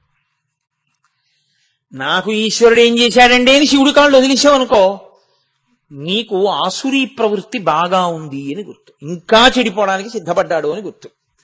అందుకే దుఃఖం వచ్చినప్పుడే భగవంతుణ్ణి గట్టిగా పట్టుకోవాలి. రెండో విచిత్రం ఏమిటో తెలుసా అండి, అసలు భగవంతుణ్ణి బాగా పట్టుకోవడానికి అవకాశం దుఃఖం ఉంటేనే. అందుకే కుంతీదేవి అంది, నాకు అసలు సుఖం వద్దు, దుఃఖమే ఇయ్యండి. దుఃఖమే ఇస్తే నిన్ను బాగా పట్టుకుంటాను, అంతకన్నా కావలసిందే ఉంది. దుఃఖం ఉంటే ఉంది, నిన్ను పట్టుకుంటానుగా, దుఃఖం ఇస్తూ ఉన్నది. ఆ కోణంలో విచారణ వచ్చిందనుకోండి, జీవిత గమనం వేరుగా ఉంటుంది. అసలు అలా విచారణ రాలేదనుకోండి, ఎప్పుడూ ఒకటే అడుగుతుంటే సుఖం కావాలి, సుఖం కావాలి, సుఖం కావాలి, సుఖం కావాలి. సుఖం కావడానికి పుణ్యం ఒకటే చేసావా? పోనీ ఇప్పుడు చేస్తున్నావా పుణ్యం ఒకటే? చేయట్లా పాపం, మరి ఎవరు అనుభవిస్తారు? అనుభవించాలి. కాబట్టి ఈశ్వరా నేను పాపము చేయకుండా ఉండాలి, ఆయనకి చెప్పి నీ నడుబడిని నియంత్రించమని ఆయన అడుగు. అప్పుడు ఆయన నీ నడవడిని నియంత్రిస్తాడు. అది శరణాగతిలోకి వెడుతుంది. కాబట్టి ఆయన లోకమునకు ధర్మాన్ని చెప్తూ ఉంటాడు. ఇలా ఉండవద్దు, ఇలా ఉండవద్దు అని చెప్పి, ఎవడు ఎలా ఉండాలని చెప్పాడో అలా ఉండగలిగిన స్థితిని పొందగలిగితే వాడు ఆయనని పొందేస్తాడు చెట్టు చివర. ఇందులో గమ్మత్తొక్కటే, మీరు కొంచెం జాగ్రత్తగా పట్టుకునే ప్రయత్నం చేయండి. నిషిద్ధ కర్మ, విహిత కర్మ అని రెండు ఉంటాయి. విహిత కర్మ ఏదో కారణానికి చేస్తాడు, ఆలస్యమో ముందో ఏదో ఒకటి. రోజు స్నానం చేయాలి సుమండి అని నేను అన్నాను అనుకోండి, 12 చేస్తాడు, 1 చేస్తాడు, 10 చేస్తాడు, తెల్లారకట్టన్నా చేస్తాడు. ఓ అగరత్తు మీరు ఈశ్వరుడికి చూపించండి అన్నాను అనుకోండి, ఏదో అగరత్తు చిన్నదో పెద్దదో పొడుగుదో పొట్టిదో ఏదో అగరత్తు చూపిస్తాడు. మీరు సూర్యాస్తమయ సమయంలో ఎప్పుడూ నిద్రపోకండి అని నేను అన్నాను అనుకోండి, దీనికి ప్రాయశ్చిత్తం మళ్ళీ ఆయన కనపడ్డప్పుడు అడుగుదాం లేని పడుకుంటాడు. నిషిద్ధ కర్మ చెయ్యకుండా ఉండలేడు, విహిత కర్మ ఎలాగో అలా చేస్తాడు. ఇది చెయ్యొద్దు అన్నదాన్ని చెయ్యకుండా ఉండగలిగితే లోకంలో ఇంత శాస్త్రం అక్కర్లేదు. ఒక్క మాట చెప్పేస్తే అయిపోలేదండి, అందరూ పుణ్యాత్ములే. నిషిద్ధ కర్మాచరణము చెయ్యకుండా మనం ఉండలేము. ఇప్పుడు ఈశ్వరానుగ్రహం కలగడం అన్న మాట ఎక్కడ మొదలవుతుందో నేను మీకు చెప్తాను, కొంచెం జాగ్రత్తగా పట్టుకోండి. అక్కర్లేని తిరుగుడు తిరిగేవాడు పూర్వం. సాయంకాలం అయింది అంటే ఇక వీధిలో తిరగడమే. ఇప్పుడు వీధిలో తిరగడం నిషిద్ధ కర్మ. అక్కర్లేని దానికి అలా తిరుగుతూ ఉండకూడదు. తిరిగితే నువ్వు గుళ్ళోకి వెళ్ళి ప్రదక్షిణం చేయాలి, లేకపోతే ధ్యానం చేయాలి, లేకపోతే ఓ సద్గంధ పఠనం చేయాలి, లేకపోతే ఓ 4 మంచి మాటలు మాట్లాడుతూ ఉండాలి.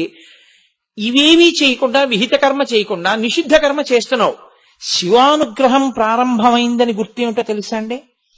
ఆయన మీకు గుళ్ళో కనపడకపోవచ్చు, ఆయన పుస్తకాలు చదువుకోపోవచ్చు, ఆయన ధ్యానం చేయకపోవచ్చు, రోడ్డు మీద తిరగట్లేదు. మీరు పట్టుకున్నారా లేదో? నిషిద్ధ కర్మ ఆగిపోయింది. నిషిద్ధ కర్మ ఆగింది అంటే జన్మజన్మాంతరాలుగా తరువుకొస్తున్నటువంటి పెద్ద వ్యసనం ఒకటి తప్పిపోయింది. అసలు ముందు ఈశ్వరానుగ్రహాన్ని పొందుతున్నాడు అని గుర్తేమిటంటే నిషిద్ధ కర్మ ఆగుతుంది. విహిత కర్మ ఏం చేస్తుందో తెలుసా అండి? ఉత్తినే ఉండలేడు. కాబట్టి ఏం చేస్తాడంటే ఇది మొదలెడతాడు. అప్పుడు దీని యందు ప్రీతి రావడం, అలా చేయడం, ఈశ్వరుణ్ణి పొందడం మార్గం ఒకటి వచ్చేస్తుంది. ఉత్తర జన్మలు పాడైపోవు. లేకపోతే ఏమవుతుందంటే నిషిద్ధ కర్మ వల్ల ఉత్తర జన్మలు నశించిపోతాయి, పాడైపోయి తిరియక్కైపోతాడు. అయిపోకుండా కాపాడుతుంటాడు. అది రుద్రుడు అన్న మాటకు అర్థం. నువ్వు ఆయన కాళ్ళు పట్టుకుంటే, నువ్వు ఆయనకి నమస్కారం చేస్తే, ఆయన దగ్గరికి వెళ్ళి చెప్పుకుంటే ఆయన నిషిద్ధ కర్మని భంజించగలిగిన శక్తి నీకు ఇచ్చేస్తాడు. అంతే, నీకు ఉద్ధరణ మొదలైపోయిందండి. మీరు ఒక్కటే గుర్తుపెట్టుకోండి, ఇటువైపు వెడితే శ్రీశైలం వస్తుంది, ఇటువైపు వెడితే మళ్ళీ కాకినాడ వెళ్ళిపోతారు. మీరు శ్రీశైలం వెళ్ళాలి, కాకినాడ నుంచి బయలుదేరి ఇలా వెళ్ళిపోతున్నారు. ఇలా వెళ్ళిపోతే శ్రీశైలం వెళ్ళాలి. పొరపాటున ఎక్కడో ఆగి కాసేపు విశ్రాంతి తీసుకుని అటు తిరిగి ఇటు తిరిగి తిరగడంలో, ఏదో సందులోకి వెళ్ళి తిరిగి రావడంలో ఏమైందంటే వెనక్కి వచ్చి, నేను ఒకసారి అలాగే చేశాను. ధర్మస్థలిలో మోహన్ రావు ఇక్కడే ఉన్నారు, మేము ఆయన కలిసి సాయంకాలం 6 గంటలకి కార్యక్రమం శృంగేరి వెళ్దామని, రాత్రి 9కో 10కో మేము మళ్ళీ ధర్మస్థలం వచ్చేసాం. అంటే మేము ఏ రోడ్డు మీద వెళ్ళామన్నమాట, కొంత దూరం శృంగేరి వైపుకి వెళ్ళి మళ్ళీ ధర్మస్థలం వచ్చే రోడ్డు ఎక్కేసి వెనక్కి వచ్చేసాం అనమాట. వెనక్కి వచ్చేయడం నిషిద్ధ కర్మ. కనీసంలో కనీసం అరే మళ్ళీ ధర్మస్థలం వైపు వెళ్ళిపోతున్నామని మనం ఆగామనుకోండి, ఇంత వెనక్కి వెళ్ళావుగా, దారి ఎక్కడ తప్పావో అక్కడ దిద్దుకుంటావు. అసలు ఆగకుండా అదే పనిగా వెనక్కి వెళ్ళిపోతే స్పీడ్గా శృంగేరి వెళ్ళిపోతున్నారు. అలా వెళ్లకుండా ఆగితే చాలు, కొంత నీకు కలిసి వస్తుంది. నిషిద్ధ కర్మని చెయ్యకుండా ఉండగలిగిన బలం వస్తే చాలు, వాడు ధన్యుడు. అలాంటి బలం ఎక్కడ మొదలవుతుందో తెలుసా అండి? రుద్రానుగ్రహంగానే మొదలవుతుంది. అందుకే ఏ నక్షత్రంలో పుట్టాడని చూడకూడదు. పిల్లాడో పిల్లో పుట్టగానే రుద్రాభిషేకాలు జరగాలి. ఎందుకంటే వాళ్ళు దారి తప్పిపోకుండా రక్షించమని ఈశ్వరుణ్ణి అడగాలి. పనికి మాలిన ఖర్చు అంతా ఎంతైనా పెట్టేసి ఈ నక్షత్రంలో పుడితే ఏమీ చేయించక్కర్లేదా అని అడగకూడదు. ఏమీ చేయించొద్దని చెప్పినా నీ మోహన్ నేను రుద్రాభిషేకం చేయిస్తానని చెప్పాలి. చెప్పి చేయించుకోవాలి నువ్వు 4 మాటలు. నీ పిల్లల పేరు మీద నీ పేరు మీద అభిషేకం జరుగుతూ ఉండాలి. అభిషేకం జరగకపోతే ఎలా వస్తుంది నీకు అసలు నిషిద్ధ కర్మని బంధించగలిగిన శక్తి? కాబట్టి ఇది ఈశ్వరానుగ్రహం. తర్వాత విహిత కర్మాచరణం వేపకి ఒక్క మాట చెప్పి నా ఉపన్యాసం పూర్తి చేసేస్తాను. ఇవాళ ధర్మం నడవడమే, ధర్మం పట్టుకోవడమే. ఇప్పుడు ధర్మం పట్టుకోవడం అంటే ఒక్క మాట చెప్పి వెళ్ళిపోతానన్నావు. ధర్మం అంటే స్నానం చేయడమా, పూజ చేయడమా, ఏం చేయడం? మనుష్యులకు సంబంధించినంత వరకు పరమధర్మం ఏమిటో తెలుసా అండి? మీ బాధ ఏదో దాన్ని ఇతరుల యందు కూడా మీరు చూసి ఆ బాధ తీర్చడానికి మీకున్నది మీరు ఇవ్వగలిగిన ప్రజ్ఞ మీ యందు పెంచుకొనుట. ఇందులో అన్నిటికన్నా పెద్ద బాధ ఏదో తెలుసా అండి? ఆకలియే. ఆకలి తట్టుకోలేని బాధ. అన్ని దానముల కన్నా అన్నదానము మిన్నా అని ఎందుకంటారంటే ఆ బాధ ఉంటే వాడు ఏమీ చేయలేడు. పట్టెడు అన్నం నువ్వు పెట్టగలిగితే అంతకన్నా గొప్పది లోకంలో లేదు. కానీ దీనికి వచ్చిన పెద్ద సమస్య ఏమిటో తెలుసా అండి? ఇష్టాపూర్తములు అని మనకి శాస్త్రంలో 2 మాటలు ఉంటాయి. అన్నం పెట్టడం అంటే అన్నం పెట్టేయడం కాదు, మీరు తెలుసుకుని చెయ్యాలి. ఇష్టాపూర్తములు అంటారు. పూర్తము అన్న మాటకు అర్థం ఏంటంటే అందరి చెయ్యి పడితేనేది శ్రేష్టము అని. పూర్తము ఒక గుడి కట్టుట, శివాలయ పునర్నిర్మాణానికి నేను ఎవరికో అయ్యా నేను వచ్చి మీకు 20 రోజులు ఉపన్యాసాలు చెప్తాను, మీరు ఒక్క 10 లక్షలు ఇవ్వండి అని చెప్పి పట్టుకొచ్చి 10 లక్షలు ఇప్పించేసాను అనుకోండి, అది గొప్పదేం కాదు, ఆయన గొప్పవాడు.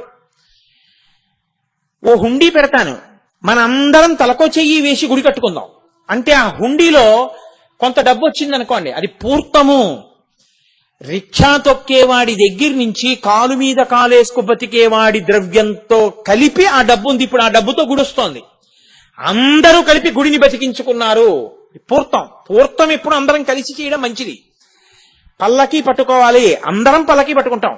రథం లాగాలి, అందరం లాగాలి. గుడి కట్టాలి, అందరం కట్టాలి. ఉత్సవం చెయ్యాలి, అందరం కలిసి చెయ్యాలి. నీకు ఆకలేసింది, నువ్వు ఒక్కడివే తినాలి. అది ఇష్టం. ఇష్టం అంటే ఏమిటో తెలుసా అండి? శాస్త్ర పఠనము, అనుష్ఠానము, ఉపాసన, యజ్ఞయాగాది క్రతువులు నీ ఒక్కడివే చేస్తూ ఉండడం. ఈ 2 చేస్తే ఏమవుతుందంటే చిత్తశుద్ధి వస్తుంది. మీకు వెంటనే అది ఏదో గొప్పగా ఈశ్వరానుగ్రహాన్ని ప్రసరించేస్తుందని నేను అంటలేదు. చిత్తశుద్ధి వస్తుంది. ఈ చిత్తశుద్ధి వస్తుందన్న మాట ఎందుకంటున్నానో తెలుసా అండి? అది పాడు కూడా చేసేస్తుంది. అందుకే పెళ్లి చేసేటప్పుడు పెళ్లి కొడుకుని తీసుకొచ్చి వీడికి పిల్లనివ్వచ్చా ఇవ్వకూడదా ఎవరు చెప్పాలో తెలుసా? కన్యాదాత గారు కాదు పిల్లనిచ్చేయడానికి సిద్ధపడవలసింది, తండ్రి కాదు వీడికి పిల్లనిచ్చేయండి అని చెప్పేది. పెళ్లి కొడుక్కి స్నాతకం జరుగుతున్నప్పుడు వేదిక మీద గురువు గారు తప్పకుండా ఉండాలి.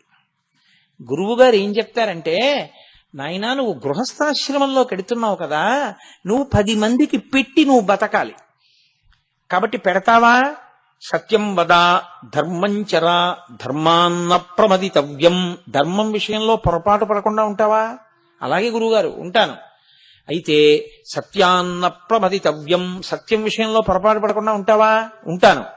కుశలాన్న ప్రమదితవ్యం, కౌశలం నేర్చుకుంటావా? దర్భని ఎంతవరకు కొయ్యాలో అంతవరకే కొయ్యాలి, నీకెంత కావాలో అంత పుచ్చుకోవాలి తప్ప అక్కర్లేని వాటికి వెంపర్లాడకుండా ఉండగలవా లోకంలో? ఉంటాను. 10 మందికి పెడతావా? పెడతాను. ఇచ్చేటప్పుడు ఎలా పెడతావు? ఎందుకో తెలుసా అండి? పెట్టడమే కొంప ముంచడం మొదలెడుతుంది. ఏమిటో తెలుసా కారణం? ఆయన దాత ఒక పేరు వస్తుంది. ఇప్పుడు అందరూ ఆయన్ని చూసి ఏమండం మొదలెడతారంటే, మహానుభావుడండి, ఆయన ఎన్ని ఇచ్చాడో తెలుసా, ఆయన ఇన్ని ఇచ్చాడో తెలుసా. పాపం ఆయన ఉద్ధరణ పొందుదామని మొదలెట్టాడు, ఈశ్వరుణ్ణి చేరుకుందామని మొదలెట్టాడు, ఈశ్వరుడి గురించి ప్రస్తావన మొదలెట్టాడు. అందరూ కలిసి ఆయనేనండి అంత ఇచ్చాడు, ఆయనేనండి అంత ఇచ్చాడు అని అస్తమానం అంటుంటే, నేనేనండి అంత ఇచ్చాను అన్నది ఆయనకు వస్తుంది. ఈ అహంకారం ఏం చేస్తుందంటే పడగొట్టేస్తుంది. ఇది పడగొట్టకుండా ఉండడానికి గృహస్థాశ్రమంలో వెళ్ళిన వాడికి ఏం చెప్తారో తెలుసా అండి? శ్రియాదేయం నువ్వు ఇచ్చేటప్పుడు శ్రియాదేయం హ్రియాదేయం సంవిధాదేయం శ్రద్ధయాదేయం అశ్రద్ధయా అదేయం. శ్రద్ధగా ఇవ్వాలి సుమా, సిగ్గుపడుతూ ఇవ్వాలి సుమా, లజ్జతో ఇవ్వాలి సుమా, భయపడుతూ ఇవ్వాలి సుమా. ఎందుకని? మిగిలిన దేశాలకి మన దేశానికి తేడా ఎక్కడో తెలుసా అండి? పెద్ద సభ చేసి ఒకడికి ఫీజు కడుతున్నానంటే ఫీజు కట్టే వాళ్ళందరూ కలిసి ఓ డబ్బాలో డబ్బులు వేసుకుని ఫీజు ఎవడికి కడుతున్నారో వాడిని వచ్చి సభలో నించొమ్మని వాడికి కుర్చీ ఇవ్వకుండా వీళ్ళందరూ కుర్చీలు వేసి కూర్చుని డబ్బు లేని పిల్లలకి కొంతమందికి ఫీజులు కడుతున్నాం, ఆ డబ్బు లేని పిల్లలారా నడిచిరండి అని పేరు పిలిచి వాడు నడిచి వస్తుంటే ఇంతమంది మధ్యలో డబ్బున్న వాళ్ళమని వీళ్ళు కుర్చీల్లో కూర్చుంటే వాడిని పిలిచి వాడికి ఆ డబ్బిస్తే వాడు సంతోషంతో తీసుకుంటాడా, సిగ్గుతో చచ్చిపోతాడా? మీరు ఆలోచించండి. మనకి సనాతన ధర్మం ఏం నేర్పిందంటే అలా డాంబికముగా ఇయ్యవద్దు. నువ్వు ఇచ్చేటప్పుడు సిగ్గుతో ఇయ్యి. ఎందుకు ఇవ్వాలి సిగ్గుతో? ఈశ్వరా ఇది ఎవరికన్నా తెలిసిపోయిందేమో నేను ఇచ్చానని సిగ్గుతో ఇయ్యి. ఈశ్వరా నువ్వు నాకు ఇచ్చినంత నేను నిజంగా ఇచ్చేస్తున్నానా? సిగ్గుపడుతూ ఇయ్యి. ఈశ్వరా అతనికి నిజంగా ఆర్తి తీరగలిగినంత నేను ఇవ్వగలుగుతున్నానా? లజ్జతో ఇయ్యి. ఇచ్చేటప్పుడు పుచ్చుకుంటున్నవాడు కాదు ప్రయోజనం పొందుతున్నది, నీవు ప్రయోజనం పొందుతున్నావని గుర్తిరిగి. ఇది సంవిధాదేయం. బాగా తెలుసుకుని ఇయ్యి. ఏమిటి తెలుసుకుని? పుచ్చుకుంటున్నవాడు కాదు ప్రయోజనం పొందుతుంది, నువ్వే పొందుతున్నావు. అందుకే సనాతన ధర్మంలో దాత పుచ్చుకున్న వాడికి నమస్కారం చేస్తాడు. బట్టలు పెట్టి బట్టలు పుచ్చుకున్నాయని నమస్కారం చేస్తాం, అంతేగాని బట్టలు పుచ్చుకున్నాయని బట్టలు పెట్టిన వాడికి నమస్కారం చేయడు. పళ్ళు ఎవరికి ఇచ్చామో ఆయనకి పళ్ళు ఇచ్చో నమస్కారం చేస్తాం, అంతేగాని ఆయన మీరు పళ్ళు ఇచ్చుకున్నారు కదా నాకు నమస్కారం పెట్టండి అనకూడదు. కాబట్టి ఎవరు ఇచ్చాడో వాడు పుచ్చుకున్న వాడికి నమస్కారం చేస్తాడు. ఎందుకని? ఒక్కటే కారణం. అలా ఆయన ఈశ్వరుడే వచ్చి మీ ముందు ఎందుకు పుచ్చుకున్నాడో తెలుసా అండి? లోకంలో ఒక పెద్ద సిద్ధాంతం అవుతుంది. 2 అక్షరములు జీవితం అంతా పాటించిన వాడికి ఉత్తర జన్మల్లో 2 అక్షరాలే ఇస్తారు అని. నాస్తి నాస్తి నాస్తి. కొంతమందిని చూడండి, ఏమంటే కొంచెం ఈ పని చేసాం, అబ్బాయి మన దగ్గరే ఉందండి, నా దగ్గరే ఉందండి అంట, మన దగ్గరే ఉందండి అంటాడు. అయ్యా కొంచెం అన్నం పెడతారా? నాస్తి, లేదు అదలబా. అయ్యా ఓ పంచి ఇస్తారా? నాస్తి, లేదు అదలబా. వచ్చే జన్మలో ఈ జన్మలో నాస్తి నాస్తి నాస్తి నాస్తి, లేదు లేదు లేదు లేదు అన్నాడు కదా, వచ్చే జన్మలో దేహి దేహి దేహి దేహి అంటాడు. ఆ 2 అక్షరాలు ఈ 2 అక్షరాలు చేస్తాడు ఈశ్వరుడు. కాబట్టి నాస్తి దేహిగా మారకుండాలంటే దానం చేయడం ఒకటే కాదు, అది అహంకారమై పడగొట్టకుండా ఉండాలి. పడగొట్టకుండా ఉండాలంటే నువ్వు ఒక సంవిధాదేయం ఒకటి తెలుసుకుని చెయ్యాలి. ఇచ్చి నువ్వు ఉపకారం పొందుతున్నాను అనుకుంటున్నావు, తప్పు. ఇచ్చి ఆయన కన్నా ఎవరు పుచ్చుకుంటున్నాడో ఆయన కన్నా ఇచ్చిన నువ్వే ఉపకారాన్ని పొందుతున్నావు. ఎందుకో తెలుసా? నీ ఎదురుగుండా నీకు పుణ్యం ఇవ్వడానికి ఈశ్వరుడు ఆ రూపంలో వచ్చి తీసుకున్నాడు, ఆర్తితో ఉన్నవాడి రూపంలో. అలా పుచ్చుకున్నాడు కాబట్టి ఇక్కడ నీకున్న డబ్బు పుణ్యంగా మారింది.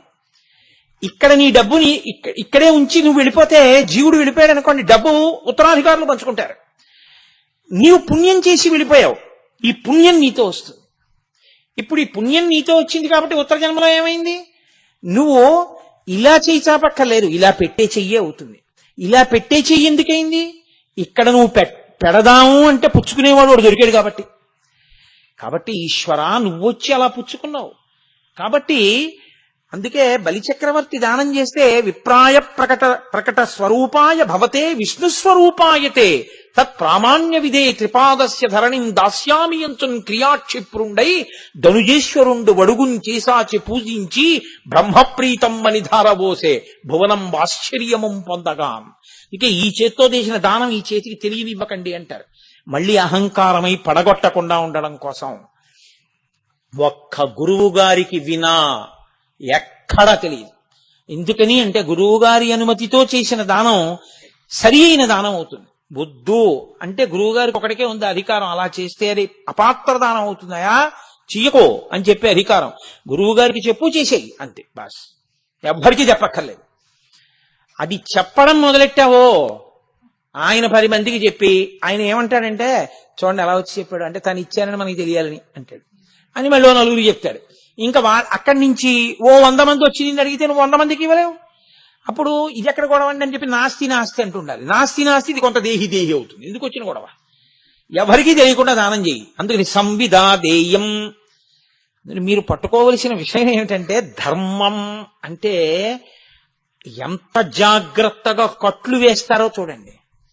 ఈ ధర్మం వైపుకి నడవడం రావాలి. అది ధర్మం అంటే.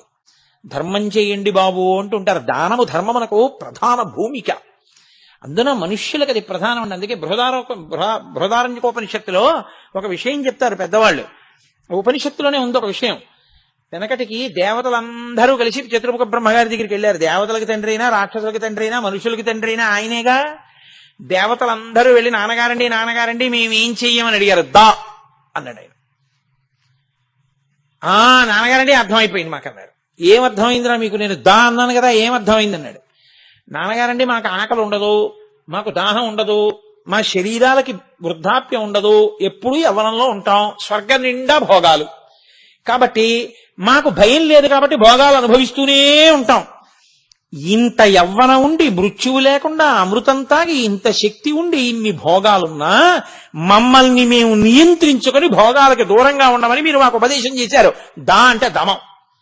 దమయ మనయ విషయ మృగతృష్ణాం భూతదయాం విస్తారయతారయ సంసార సాగరత అంటారు శంకర భగవత్పాదులు షట్పదీ స్తోత్రంలో. దమయ శమయ మనయ విషయ మృగతృష్ణాం. దమము అంటే మనస్సును నిగ్రహించడం. మా మనస్సును నిగ్రహించుకోమని మీరు చెప్పారు నాన్నగారు.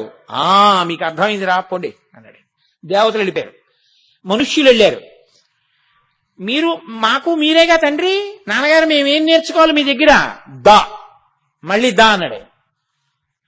నాన్నగారని అర్థమైంది. ఏమిట్రా అర్థమైంది నీకు? ఏం చేయమని చెప్పాను? దత్త. మనుష్య ఉపాధికి ఉన్న లక్షణం ఏమిటంటే ఎంతొచ్చినా దాచేయడమే, ఇలా పెట్టడం రాదు. అందుకే ఈశ్వరుడు ఇలా వెనక్కి వెళ్ళడానికి చెయ్యికి అంగీకారం ఇవ్వలేదు, ఇలాగే ఇచ్చాడు. ఇలా తీసి ఇలా ఇవ్వడానికి ఇచ్చాడు, కానీ ఇలా వెనక్కి తీయకు పెట్టడంలో వెనక్కి మడుచుకునే అవకాశం లేదు. దీన్ని అమెరికా అలా పెట్టాడు ఈశ్వరుడు. ఇలా వెనక్కి తీసేయడం అలవాటు చేసిన ఎప్పుడు వెనక్కి ఎట్టుకు తిరుగుతావేమో చేతులని. కాబట్టి దత్త, ఇవ్వడం నేర్చుకో. ఇవ్వడం నేర్చుకుంటే నువ్వు తరిస్తావు. ధార్మికంగా ఇయ్యి, నేనిస్తున్నానని ఇవ్వకు, సిగ్గుపడుతూ ఇయ్యి. అది నేర్చుకో మనుష్యుడిగా. అది ప్రధాన ధర్మం రా. అవును నాన్నగారు మాకు అర్థమైంది. వెళ్ళిరామా? వెళ్ళిరండి, శుభం భూయాత్. రాక్షసులు వచ్చారు, వాళ్ళు కొడుకులేగా. నాన్నగారండి మేమేం నేర్చుకోవాలి? ఓ నవ్వు నవ్వి ఆయన అన్నాడు, దా. అంటే మాకు దాయే, వచ్చిన వాళ్ళందరికీ ఒకే ఇంజక్షన్ లాగా. అంటే ఏమర్థమైందిరా మీకు? నాన్నగారు మాకు అర్థమైపోయింది, మేము ఎప్పుడు ఎవరినో వాళ్ళని కొడుతుంటాం, మాకు అదో సంతోషం. మాకు సంతోషం ఏమిటంటే ఇంకోటి ఏడిస్తేనే, అని ఎవరినో ఏడిపించి మేము సంతోషిస్తుంటాం. అలా ఏడిపించకండిరా, ప్రాణుల పట్ల దయతో ఉండండి అని చెప్పడానికి దా అన్నారు. దయ, మాకు దయ ఉండాలి, మేము దయతో ఉండడం నేర్చుకుంటాం నాన్నగారండి, వెళ్ళిరండి అనగానే ఇప్పుడు మనం ఏమనుకుంటామంటే, కాబట్టి మనకి దత్త ఒకటే అన్వయం అవుతుంది. మనకి దమం అక్కర్లేదు, దేవతలం కాదు, దయ అక్కర్లేదు, రాక్షసులం కావు అనుకోకూడదు. ఎందుకో తెలుసా అండి, మీరు అందరికీ అన్నీ పెట్టగలుగుతూ కూడా మీ కోరికల్ని మీరు, మీ ఇంద్రియాలని మీరు అదుపు చేసుకోలేకపోతుంటే ఇంకా మీరు దేవతల యొక్క అవలక్షణాలు మీలో ఉన్నాయి, పోవాలి కదా. అందుకని దమాన్ని కూడా తీసుకోవాలి. మీరు ఎంతమందికి ఇన్ని పెట్టినా ఇంకోటి ఏడుస్తుంటే సంతోషించే గుణం ఒకటి మీలో ఉందనుకోండి, అది కూడా పోవాలంటే రాక్షసుడు ఉన్నాడు కాబట్టి అప్పుడు దయ కూడా తీసుకోవాలి. కాబట్టి మనుష్యులలో మూడు తీసుకోవడానికి అవసరం లేనన్ని మంచి గుణాలు ఉండిపోయాయని నేను అనుకోవట్లేదు. కాబట్టి మూడు మనకి మాత్రం అవసరం అవుతాయి. కాబట్టి మూడు తీసుకుంటుండాలి. అందుకే ద మీద ఆ దయ, ఆ దానము, ధర్మము. ధర్మం అత్యంత ప్రధానము. ఆ ధర్మం మీద అనురక్తిని, ధార్మిక జీవనాన్ని ఇవ్వగలిగిన వాడెవరో ఆయన రుద్రుడు. అందుకే ఆయన ఘోర రూపంతో ఉంటాడు, ఆయనే శాంతంగా ఉంటాడు. ప్రమథగణములు అంటాం కదండి. ప్రమథగణాలంటే అర్థం ఏమిటో తెలుసా?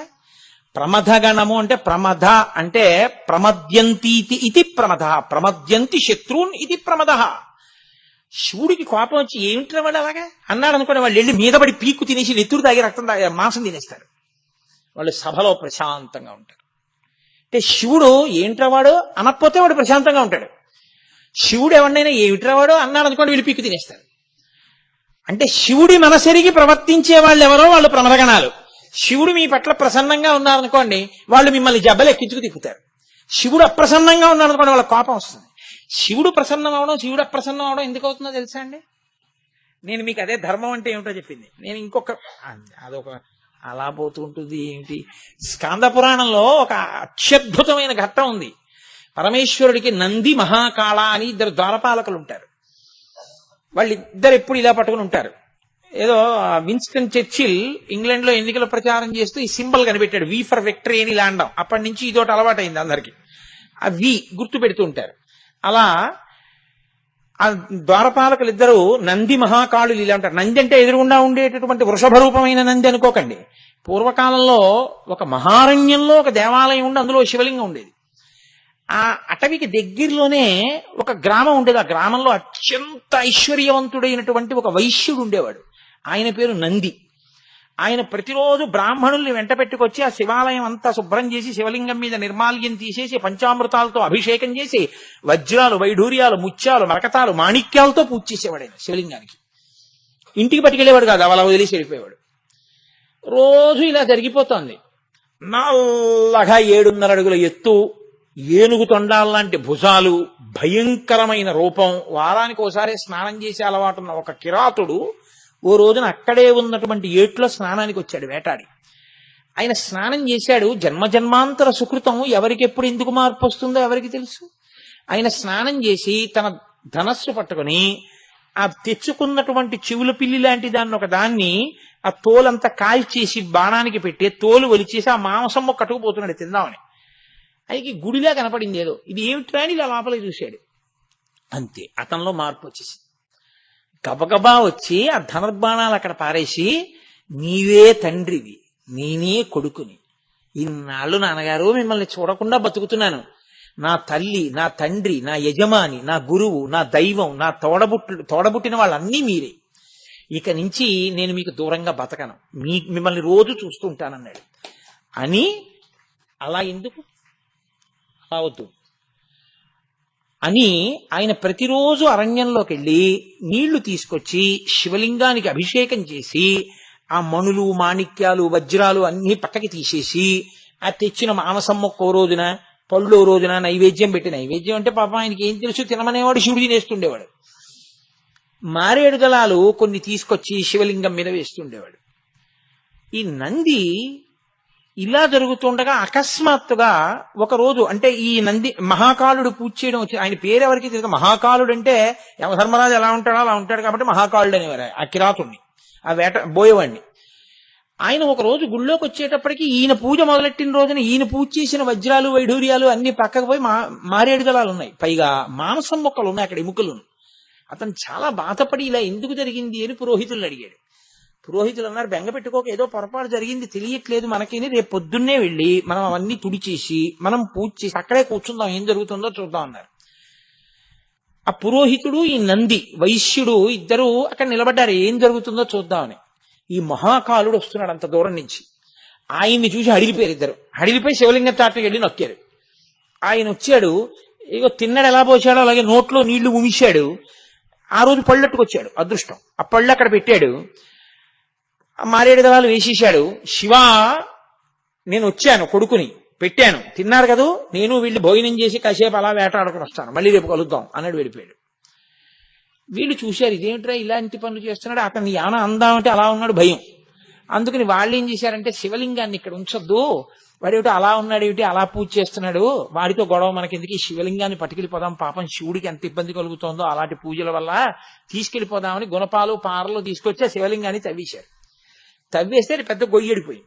ఇప్పుడు 10 మంది మనుష్యులు తీసుకొచ్చాడు, ఆ శివలింగాన్ని మోయించుకున్నాడు, పట్టుకెళ్ళిపోయాడు తన ఇంటికి. పట్టుకెళ్ళిపోయి ఒక మణివేది నిర్మించి దాని మీద పెట్టి చక్కగా పూజలు అవి చేసి మరకత మాణిక్యాలతో పూజ చేశాడు. ఈ మహాకాలుడు మర్నాడు వచ్చాడు. అక్కడ శివలింగం లేదు, పెద్ద గొయ్యి ఉంది. పెద్ద ఏడుపు మొదలెట్టాడు. నాన్నగారండి ఎందుకు వెళ్ళిపోయారు నాన్నగారండి, నాకు కనపడకుండా భూమిలోంచి లేచి వెళ్ళిపోయారు, పెద్ద గొయ్య పడిపోయింది, నేనేం చేశాను తప్పు నాన్నగారండి, నా తప్పు పోవాలంటే మీరు వెళ్ళిపోయిన గొయ్యి ఏదుందో దాన్ని నా రక్తమాంసాలతో పూర్తి చేస్తానని. ఆయనకి ఇంకేమి శాస్త్రం తెలియదు, అందులో నా మూఢభక్తితో పొట్ట చీల్చేసి ఆ ప్రేగులవన్నీ పీకేసి అందులో పడేస్తున్నాడు. పరమేశ్వరుడు ఆవిర్భవించాడు. ఒక్కసారి ఆయన ప్రమదగణాలతో, నందీశ్వరుడితో, భృంగితో, పార్వతీదేవితో కలిసి ఆవిర్భవించాడు. ఆవిర్భవించి నీ భక్తికి నా కన్నులు చెమ్మగిల్లాయిరా నాయనా, ఎంత భక్తిరా నీది అన్నాడు. అని నిన్ను నా ప్రమథగణాల్లోకి తీసుకుంటున్నాను అన్నాడు. అలా అనేసరికి దేవదుందుబులు మోగే, శంఖాలు మ్రోగించారు, తప్పెట్లు మోగించారు. నంది పూజ చేస్తున్నాడు వైశ్యుడి ఇంట్లో. ఇదేమిటి, మనం శివలింగం పట్టుకొచ్చేసిన గుడి దగ్గర పెద్ద చప్పుళ్ళు అవుతున్నాయి, ఎప్పుడు వినలేదే అంతంత పెద్ద పెద్ద తప్పెట్లు మోగడం. వెళ్లి చూసొద్దామని పురోహితుల్ని తీసుకుని వచ్చాడు. లోపల పరమేశ్వరుడు నిలబడున్నాడు. పార్వతీదేవి మహాకాలుడితో మాట్లాడుతున్నారు. మాట్లాడుతుంటే ఇతనికి కళ్ళమ్మట నీళ్లొచ్చేసి లోపలికి వెళ్ళడానికి భయపడి, నేనింత పూజ చేశాను నాకు కనపడలేదు, మహాకాలుడికి కనపడ్డాడని అతన్ని శివుణ్ణి పిలవలేక అని మహాకాలుడిని పిలిచాడు. అతను ఇప్పుడే వస్తాను, ఇక్కడే ఉండండి, మా స్నేహితుడు వచ్చాడని బయటకు వచ్చాడు. వచ్చి అన్నాడు, నేను పూజ చేస్తున్నానని శివలింగం పట్టుకెళ్ళిపోయారా, నేను బాధపడుతుంటే మా తండ్రి ఆయనే కనపడ్డారు నాకు అన్నాడు. అంటే ఈయనన్నాడు, ఏదో తెలియక పట్టుకెళ్ళిపోయాను, నేను పూజ చేశా కదా, నాకు భక్తి ఉంది కదా, నా గురించి కొంచెం శివుడికి చెప్పాయా అన్నాడు. అంటే ఈ మహాకాలుడు వెళ్ళి ఇతన్ని చెయ్యట్టుకుని తీసుకెళ్ళిపోయాడు శివుడి దగ్గరికి. పరమశివుడు ఏమీ తెలియని వాళ్ళు అలా నించున్నాడు. ఇతను నా స్నేహితుడు, మీకు మంచి భక్తుడు, ఇంకో కొడుకు, ఈయనకి కూడా ఇందాక నాకు ఇచ్చారు, అది ఇచ్చేయండి అన్నాడు. అంటే శివుడు అన్నాడు, ఇతను భక్తుడా, ఇతనెవరో నాకు తెలియదే, సర్వజ్ఞ ఈశాన సర్వ విద్యానాం ఈశ్వర సర్వభూతానాం బ్రహ్మాధిపతి బ్రహ్మణోధిపతి బ్రహ్మ శివోమే అస్తు సదాశివోం ఆయన అన్నాడు. నాకు తెలియదు ఇతనెవరో, ఎవరితనో ఎక్కడుంటాడో అన్నారు. అతను ఏడుస్తూ నించున్నాడు. నంది, మీరు ఏమనుకోకండి, మంచివాడు, పాపం ఏదో నన్ను చూసి భయపడి శివలింగం పట్టుకెళ్ళిపోయాడు, చాలా మంచివాడు, రోజు వజ్రాలతో పూజ చేశాడు, వైఢూర్యాలతో పూజ చేశాడు, మాణిక్యాలతో పూజ చేశాడు, పాపం పంచామృత అభిషేకాలు అవి అన్నీ చేసేవాడు, ఇతనికి కూడా ఇవ్వండి అన్నాడు. అంటే పరమేశ్వరుడు నంది వంక తిరిగి అన్నాడు, నీ పూజకి ఇవ్వట్లేదు, ఇతను నిన్ను స్నేహితుడిని పిలిచినందుకు నీకు కూడా ప్రమథగణాధిపత్యం ఇచ్చానన్నాడు. పరమేశ్వరుడికి కావలసింది ఏమిటంటే అనుబంధం. నేను చేస్తున్నాను వాడెవడు చేయడానికి అనుకున్నవాడి అవతలవాడి గుండెల్లో ప్రేమ తెలియని వాడు భక్తుడు ఎలా అవుతాడండి? కాబట్టి ఇవ్వలేదు నందికి. మహాకాలుడు చెప్తే నందికి ఇచ్చాడు. ఇద్దరు అప్పుడు ఈశ్వరుడు అంటే ఏమిటో తెలుసుకుని ప్రమథగణాల్లో చేరిపోయారు. అది ప్రమథగణాలంటే. శివ సంతోషం తమ సంతోషం, శివకోపం తమ కోపం, అలా ఉండేవాళ్ళు ఎవరో వాళ్ళ ప్రమథగణాలంటారు. ఇప్పుడు తీసుకెళ్తే వాళ్ళిద్దరికి పార్వతీదేవి పరమశివుడితో సహా ఏదో రాజ్యాలని గెలిచి వచ్చినటువంటి కొడుకులకి హారతి ఇచ్చినట్టు హారతి ఇచ్చి లోపలికి తీసుకెళ్ళింది ఆవిడ. నందికి మహాకాలుడికి ఆ భోగం పట్టిందండి. శివానుగ్రహం వాళ్ళకి జ్ఞానం వచ్చింది. వాళ్ళిద్దరు అన్నారు, మాకు ప్రమథగణాల్లో పదవి ఇచ్చావు బాగుంది, ఎప్పుడో సాయంకాలం ఓసారి దగ్గరికి వస్తారు, పిలిస్తే వస్తారు, మాకు అలా కుదరదు, ఎప్పుడూ చూస్తుండాలి. ఎవరు అడిగాడు? మహాకాలుడు అడిగాడు. నిన్నెప్పుడూ చూస్తాం, అందుకని తలుపు లోపల మేము నించుంటే తలుపు వేసేసి నించుంటుంటాం. నువ్వు ఎవరితోన్నా మాట్లాడాలి, అనుగ్రహించాలంటే మాకు చెప్పు, పిలవమని. తలుపు తీసి మేము బయటికి వెళ్ళి వాళ్ళని తీసుకొచ్చి నీ దగ్గరికి మళ్ళీ తలుపేసి మేము ఇలా చూస్తూ నించుంటాం నిన్ను, సరేనా అన్న. తలుపు బయట నించోం, మనకే లోపల నించుంటాం. అంటే ఆయన అన్నాడు, సరే తప్పకుండా అలాగే ఇస్తాను. అంటే వీళ్ళిద్దరూ ఆహా సదాశివుడనగా మహాదేవుడనగా భక్తుల పాలిట ప్రీతి కలిగిన వాడనగా శంకరుడనగా సదాశివుడనగా ఆయన ఒక్కడే అంటే ఆ అన్నాడు శివుడిలాగా సంతోషంతో. అనగానే వాళ్ళిద్దరూ మా ఇద్దరిని నువ్వు ఇలా అనుగ్రహించావు పరమేశ్వరా అని ఇలా అన్నారు. అందుకే అప్పటి నుంచి డమరుక చేతిలో పట్టుకుని ఇలాగే ఉంటారు నంది మహాకాలుడు. ఈ 2 వేళ్ళు ఇలాగే ఉంటాయి శివుడి ముందు నిలబడినప్పుడు. దిండి ముండి అలాగే ఉంటారు, దుండి ముండి అలాగే ఉంటారు, నంది మహాకాలుడు అలాగే ఉంటారు. అలా ఎందుకుంటారో స్కాందం చెప్పింది. కాబట్టి ప్రమథాధిప అంటే ప్రమధులంటే వాళ్ళు ఎంత భక్తి కలిగినటువంటి వాళ్ళో మీరు అర్థం చేసుకోవాలి. ధర్మం, ఆ ధర్మం భక్తి, ఈశ్వరుడు చెప్పిన మాట పాటించినటువంటి వాణ్ణి ఈశ్వరుడు ఆ స్థితిలోకి ఎత్తేస్తాడు, ఎత్తి తనలో కలుపుకుంటాడు. ఆ కలుపుకోగలిగినటువంటి స్వరూపం రుద్రస్వరూపం, అది రుద్ర. అంతేకాని రుద్రుడు అంటే కోపంగా ఉంటాడండి అని చెప్పకూడదు. ఎందుకు కోపం? చెప్పిన మాట వినలేదని కోపం. నాన్నగారండి బుద్ధి వచ్చింది నాన్నగారండి, ఇంకెప్పుడు చెయ్యను నాన్నగారండి, నన్ను క్షమించండి నాన్నగారండి, నమస్తే అస్వాయుధాయానా తథాయ దృష్ణవే ఉభాభ్యాముతే నమో బాహుభ్యాం తవదన్వనే అని మీరు అభిషేకం చేసి ఆయన్ని వేడుకోలు చేస్తే ప్రసన్నుడైపోతాడు, శివుడైపోతాడు. రుద్రుడు శివుడైపోతాడు, శివుడు రుద్రుడైపోతాడు మనం చేసే పనులు బట్టే.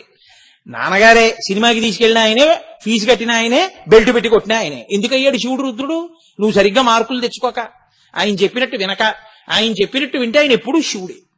శివుణ్ణి శివుడుగా ఉంచుకోవడం నీ చేతిలో ఉంది. నీకు చేత కాకపోతే శివుడికి నమస్కారం చేస్తే ఆ ధర్మ మార్గంలో ఆయనే తిప్పుతాడు.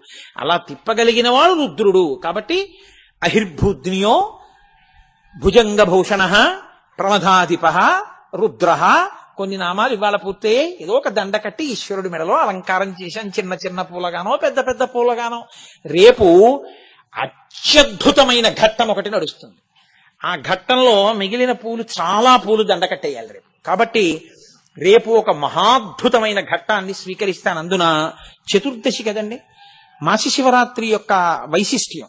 అందుకని రేపటి సాయంకాలం అంతటి అద్భుత ఘట్టంతో శివనామాలు మిగిలిన వాటిని, చాలా వాటిని దండ కట్టేస్తారు.